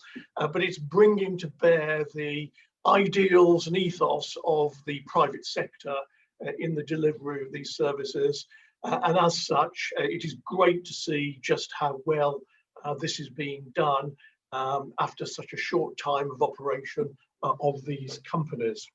If I might turn my attention to the 4 points, or is it now 3 points, Chairman, of action required. The first point was to review the performance, which we certainly have done. The only issue that I found missing in the performance was that relating to the pensions, because part of the performance review is to ensure that the companies are transparent and to an extent independent. But I think the issue of pensions has clouded that transparency, where the pensions are being billed, certainly for some of the employees, are being billed directly to the borough council and are not appearing in the statement of accounts which we have before us. I find that rather unusual, and I hope someone can add a rejoinder of why that is being done and what is the impact on the overall financial statement. The second point, well, on 2.2, we've quite obviously, Chairman, that without the business plans for the next 3 years, we can't really comment on the performance management. Similarly, I find I have difficulties on recommendation 2.3. It is incredibly difficult to look at the SLAs and what SLAs are required between the council and the companies overseen by us as the shareholder committee, when we don't really have a revised business plan for the next 3 years. And I would admit that that business plan is going to be quite difficult in view of the COVID problems. There was a good business plan beginning to shape up, which was showing very significant payments into the council's coffers over future years, if the right SLAs were in place. But that is now perhaps receding a little in terms of our understanding, if not in our expectation of payments to the council. And on the fourth point, 2.4, to recommend Cabinet a revised forecast dividend. This is the one I have real difficulties, because having heard the presentation, Chairman, of all these good works that are going on, when I look at the financial statement, I'm not wholly convinced. Most of the activity is in the trading company, and we are being told that many of the more important aspects of the trading company are effectively stalled until the half year, if not the 3/4 year point. Yet the income seems to remain extremely buoyant, £3.7 million before COVID, dropping to only £2.997 million after COVID. would hesitate to describe this as flaky, but I would ask for some explanation of the confidence that we have that these figures are correct. I can well imagine that the expenditure figures are going to be correct, but the income figures seem to depend on a lot of imponderables from government all the way through to some actions which are under our own control. And it only takes some small changes in the £1 million entries in the income and the expenditure for the difference to vary between 275,000 plus to £275,000 minus. Therefore, all the good works are in place about what is being done and how it's going to be done. But I still have this lack of supporting evidence to give me confidence that at the end of the day, the end of this year, Chairman, the dividend is only going to be halved, despite all the difficulties which we've heard described to us this evening. So that is where I would certainly like to hear just a little more about how the dividend is going to be maintained. If it can be maintained by only a 50% reduction over the original estimate, I think that's absolutely splendid and good news to the taxpayers in the borough. But my suspicion is that we need to do much more work to ensure we have got confidence to tell Cabinet that this is actually going to happen with a great certainty. Thank you, Chairman. Thank you, Councillor Willits. Before I bring our guests in to answer one or two of you or all of your specific points, just a reminder that 2.3 just requires us to recommend to the portfolio holder for commercial services to commence the review of the service level agreement. So no doubt that will come back to us once that review has been undertaken.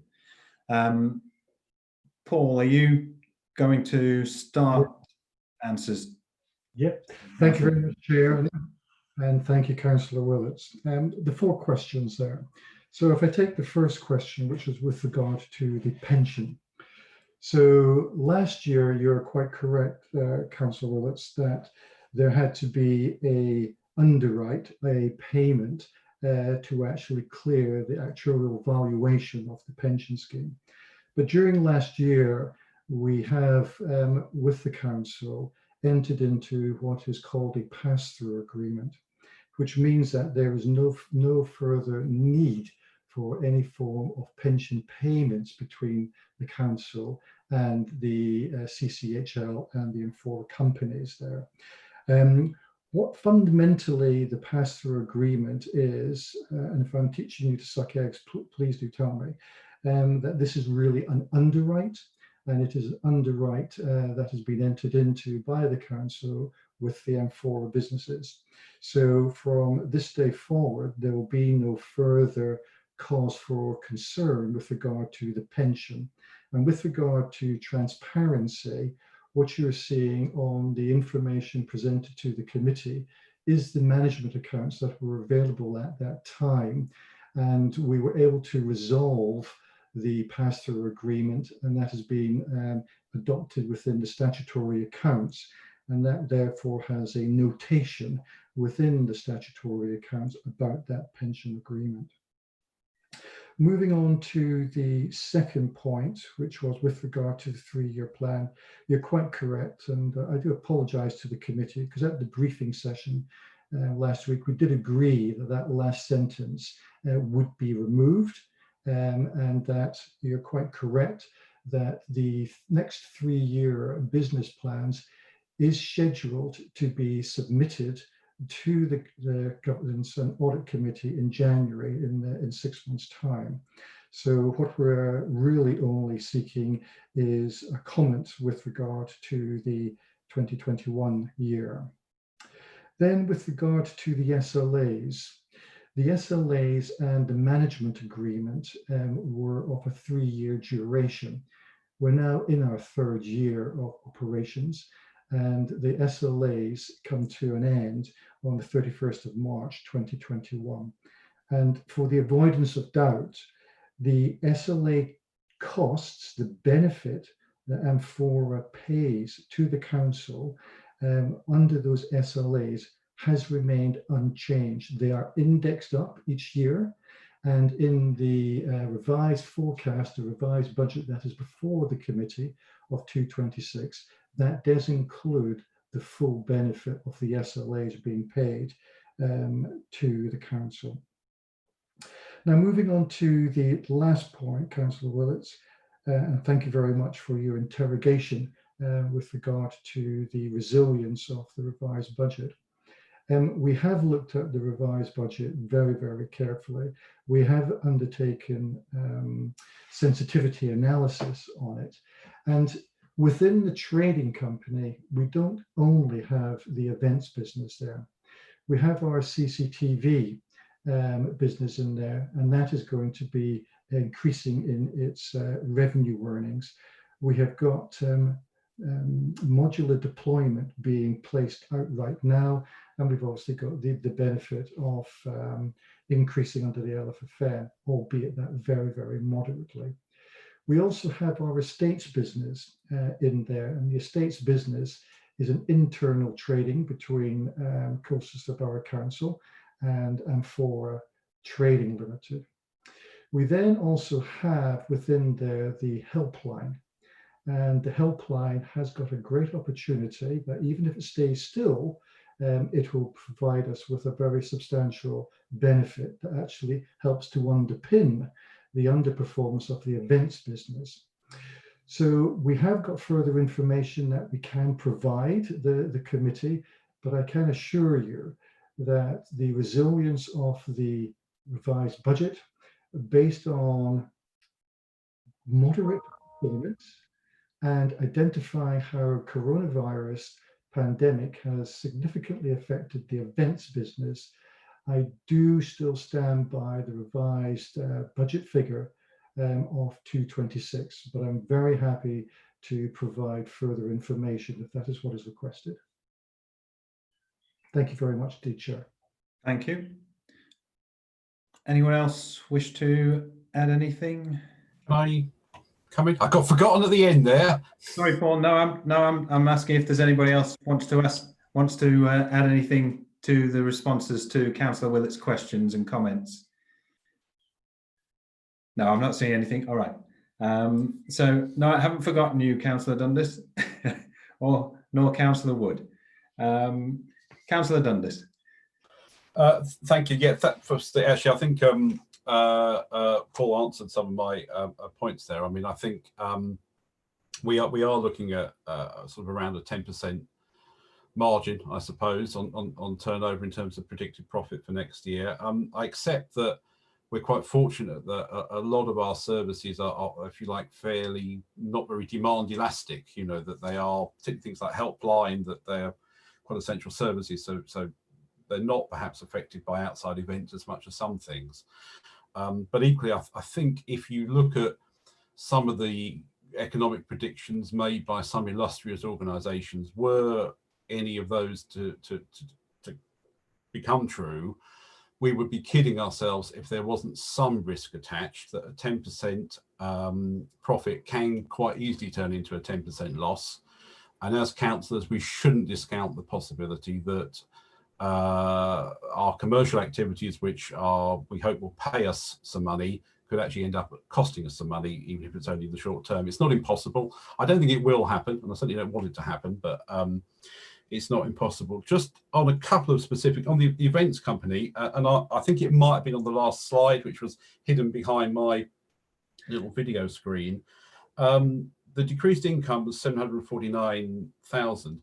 Can you just confirm what the current predicted revenue, costs and profit or loss is of the events company for next year, just so we're clear in our mind whether it's making a profit or a loss? On the housing side, I just wondered what, I mean, at the moment, the residential housing market seems to be holding up quite well. But again, we'd be naive if we thought there wasn't some possibility that with various dire economic predictions, it may have an effect on that. I just wonder what sort of risk profile we're attaching to the residential property market? Have we priced in any falls, and does that affect us in any way? I know it's a little bit complicated as to where the risk lies. It doesn't all lie on us. And I also, thinking about, which I will be looking at in future 3 years going forward, I asked this question before. At the moment, we are still very much developing bits of land, basically Colchester Borough Council or parts of it own. Before too long, we're going to run out of those. So my question is really sort of come 2023, 24 with the housing company, what do we envisage it's actually going to be doing? Because once you've built on every garage site you've got, then there aren't any left, and you've got to find new land, basically, which might mean going out and buying it.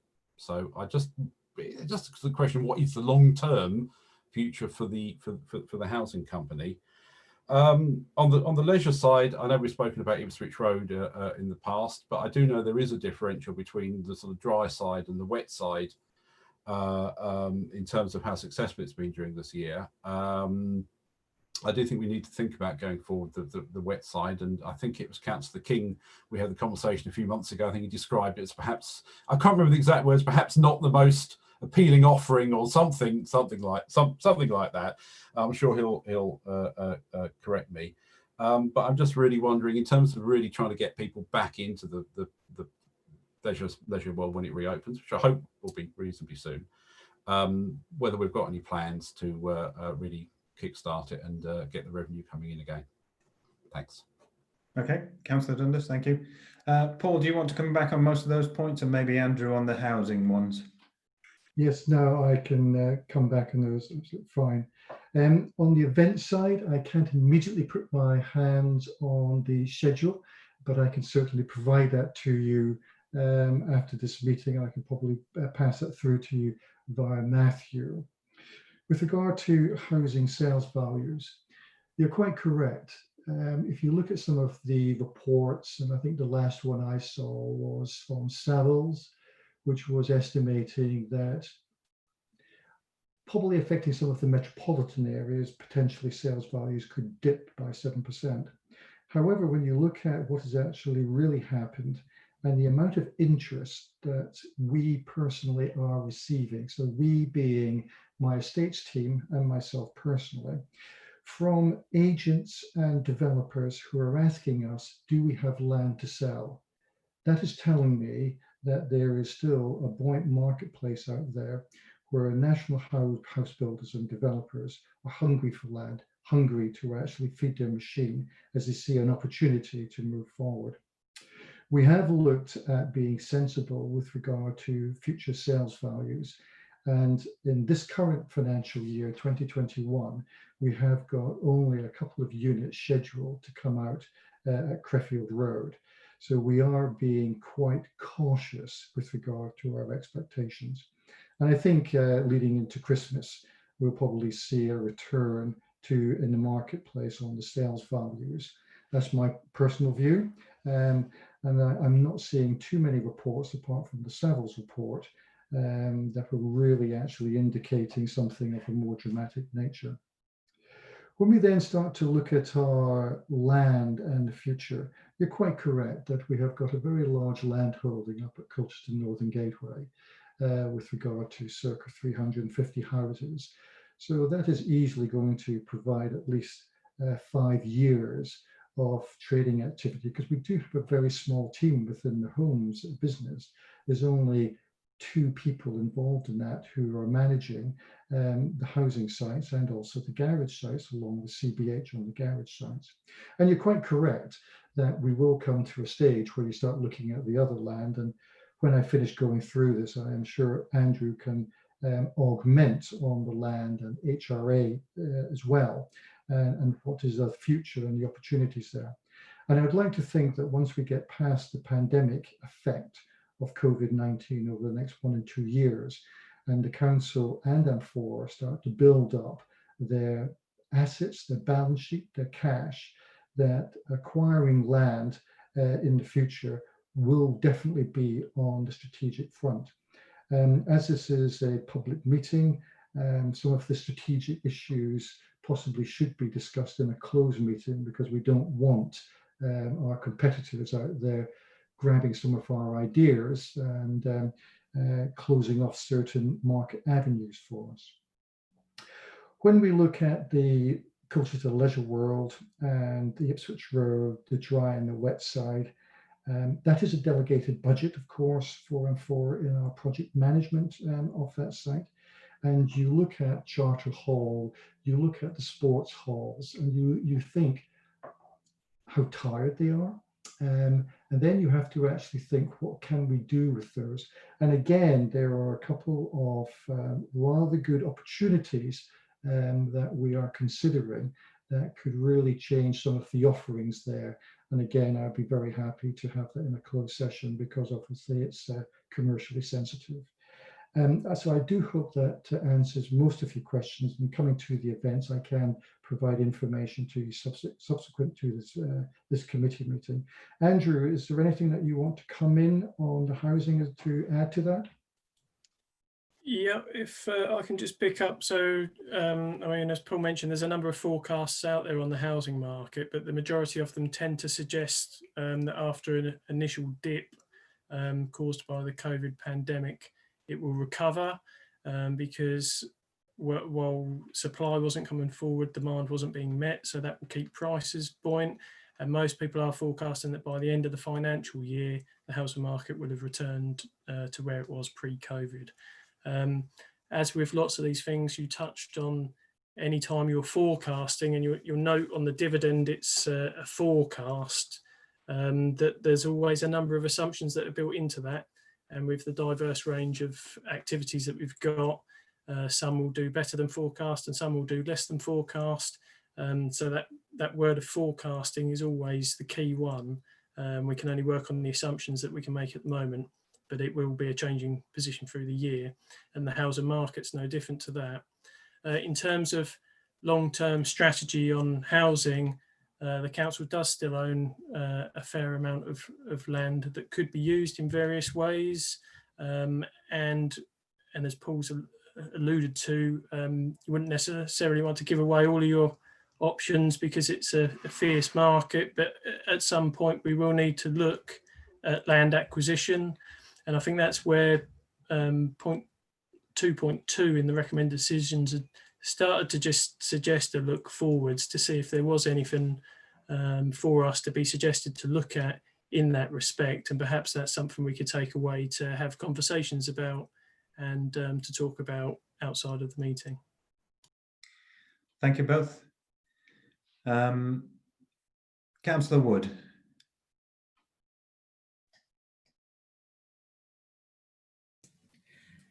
Yes, I'd like to ask a question.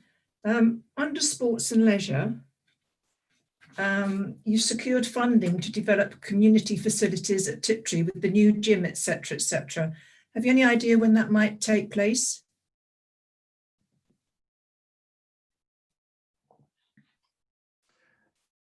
Thank you very much indeed. I understand that that should take place during the course of this calendar year. Lovely. Thank you very much indeed. Thank you. Okay. Thank you, everyone. You've all had the opportunity to ask questions, in some cases, a number of questions. I think we've had some fulsome, we had a very comprehensive presentation. We've had fulsome responses to questions, albeit I recognise that as Paul has indicated to us, one or two of his answers he's had to be a bit circumspect with because they may undermine commercial confidence. So on that basis, I think we're left with the actions in paragraph 2 of the report, other than 2.2, everything from 2021, so and the next 3 years for consideration. So Matthew, if you could put that to the members of the committee, please. Yep, thank you, Chair. As has just been outlined there, members, can I have your votes on this, please, starting with Councillor Dundas? Yeah, no, I agree to note it with the caveat that we will be provided with the individual figures for the different companies. Thank you. Thank you. Councillor Gocher? Yeah, agreed. Thank you. Councillor Hogg? Agreed. Councillor McCarthy? Agreed. Councillor Pearson? Agreed. Councillor Willits? Agreed. And Councillor Wood? Agreed. Thank you, Chair. That's unanimous. Thank you. Now, we only have one item remaining on the agenda, and normally I think we would very quickly skate over the work programme. But given some of the comments that have been made this evening, I think we might want to spend a little more time than usual looking at the work programme. I'm conscious of the fact that we've been staring at screens now, apart from that brief break, for over 2 hours. So what I'm going to suggest, in line with Health and Safety Executive guidance, is that we just have a 10-minute break from the screens. I make it just gone 8:10. So if we can reconvene at 20 past, please. Yeah. Thank you, everyone.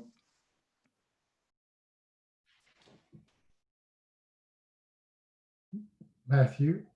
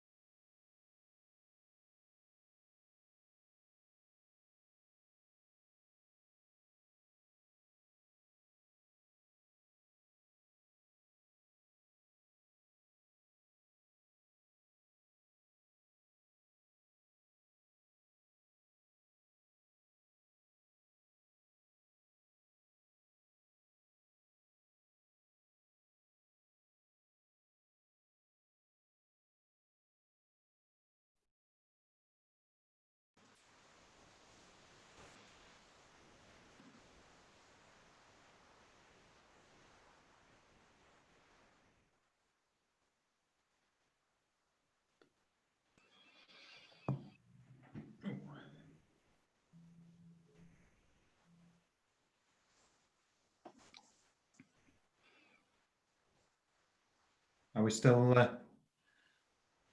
we're not live yet, Matthew? Well, the meeting is still being broadcast, Chair, but there's a screen holder at the moment to let people know that it's effectively adjourned until you choose to resume. I think people are coming back now. Thank you.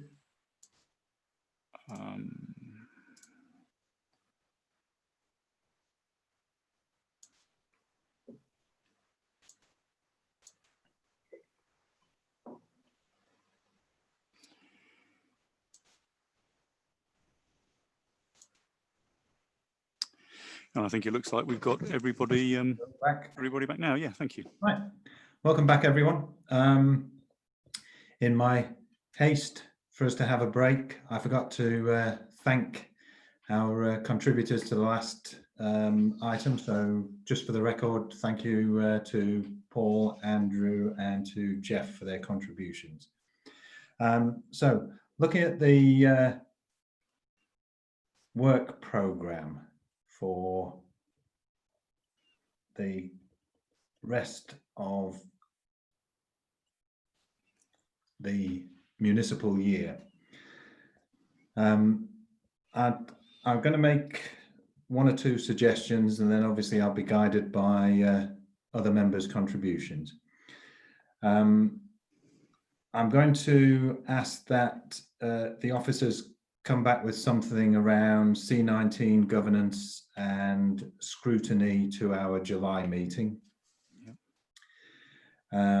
That also our July meeting, we consider the digital solution, early lessons, any needs, any feedback from members, but also from the public, and also any comments or learning about training and equipment needs that members have managed to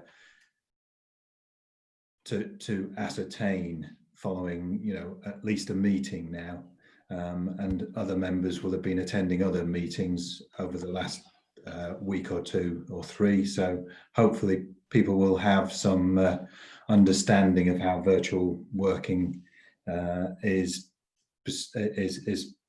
ongoing, and whether or not there's anything else that they need to assist them.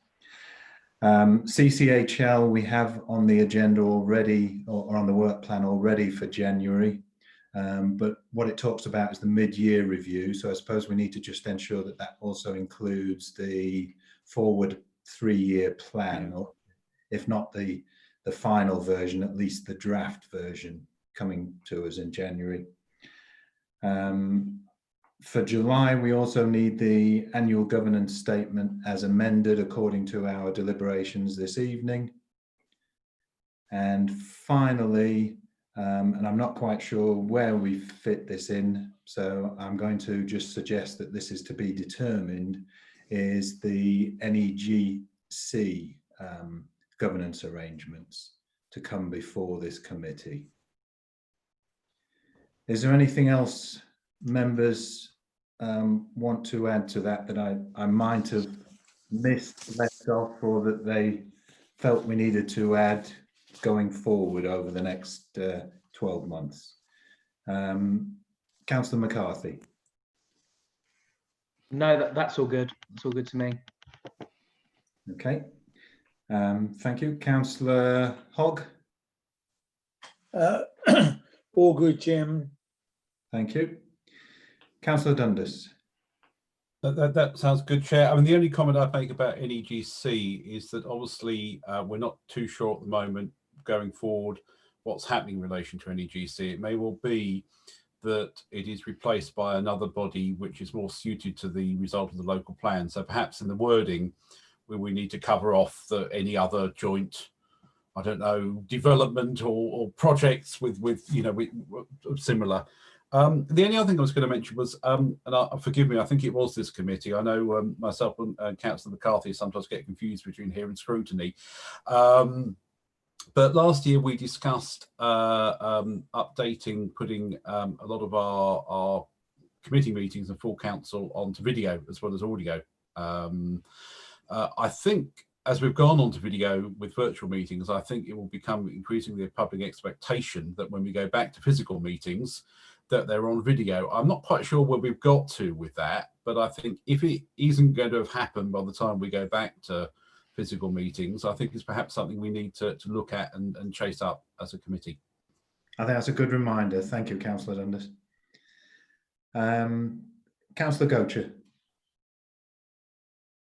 Yeah, fine with everything, with the comments already made. Thank you. Councillor Willits. Yeah, it's fine with everything, Chairman, and we can modify it as we go along during the year to meet any contingencies. Yeah. And last but not least, Councillor Wood. You're on mute, I'm afraid.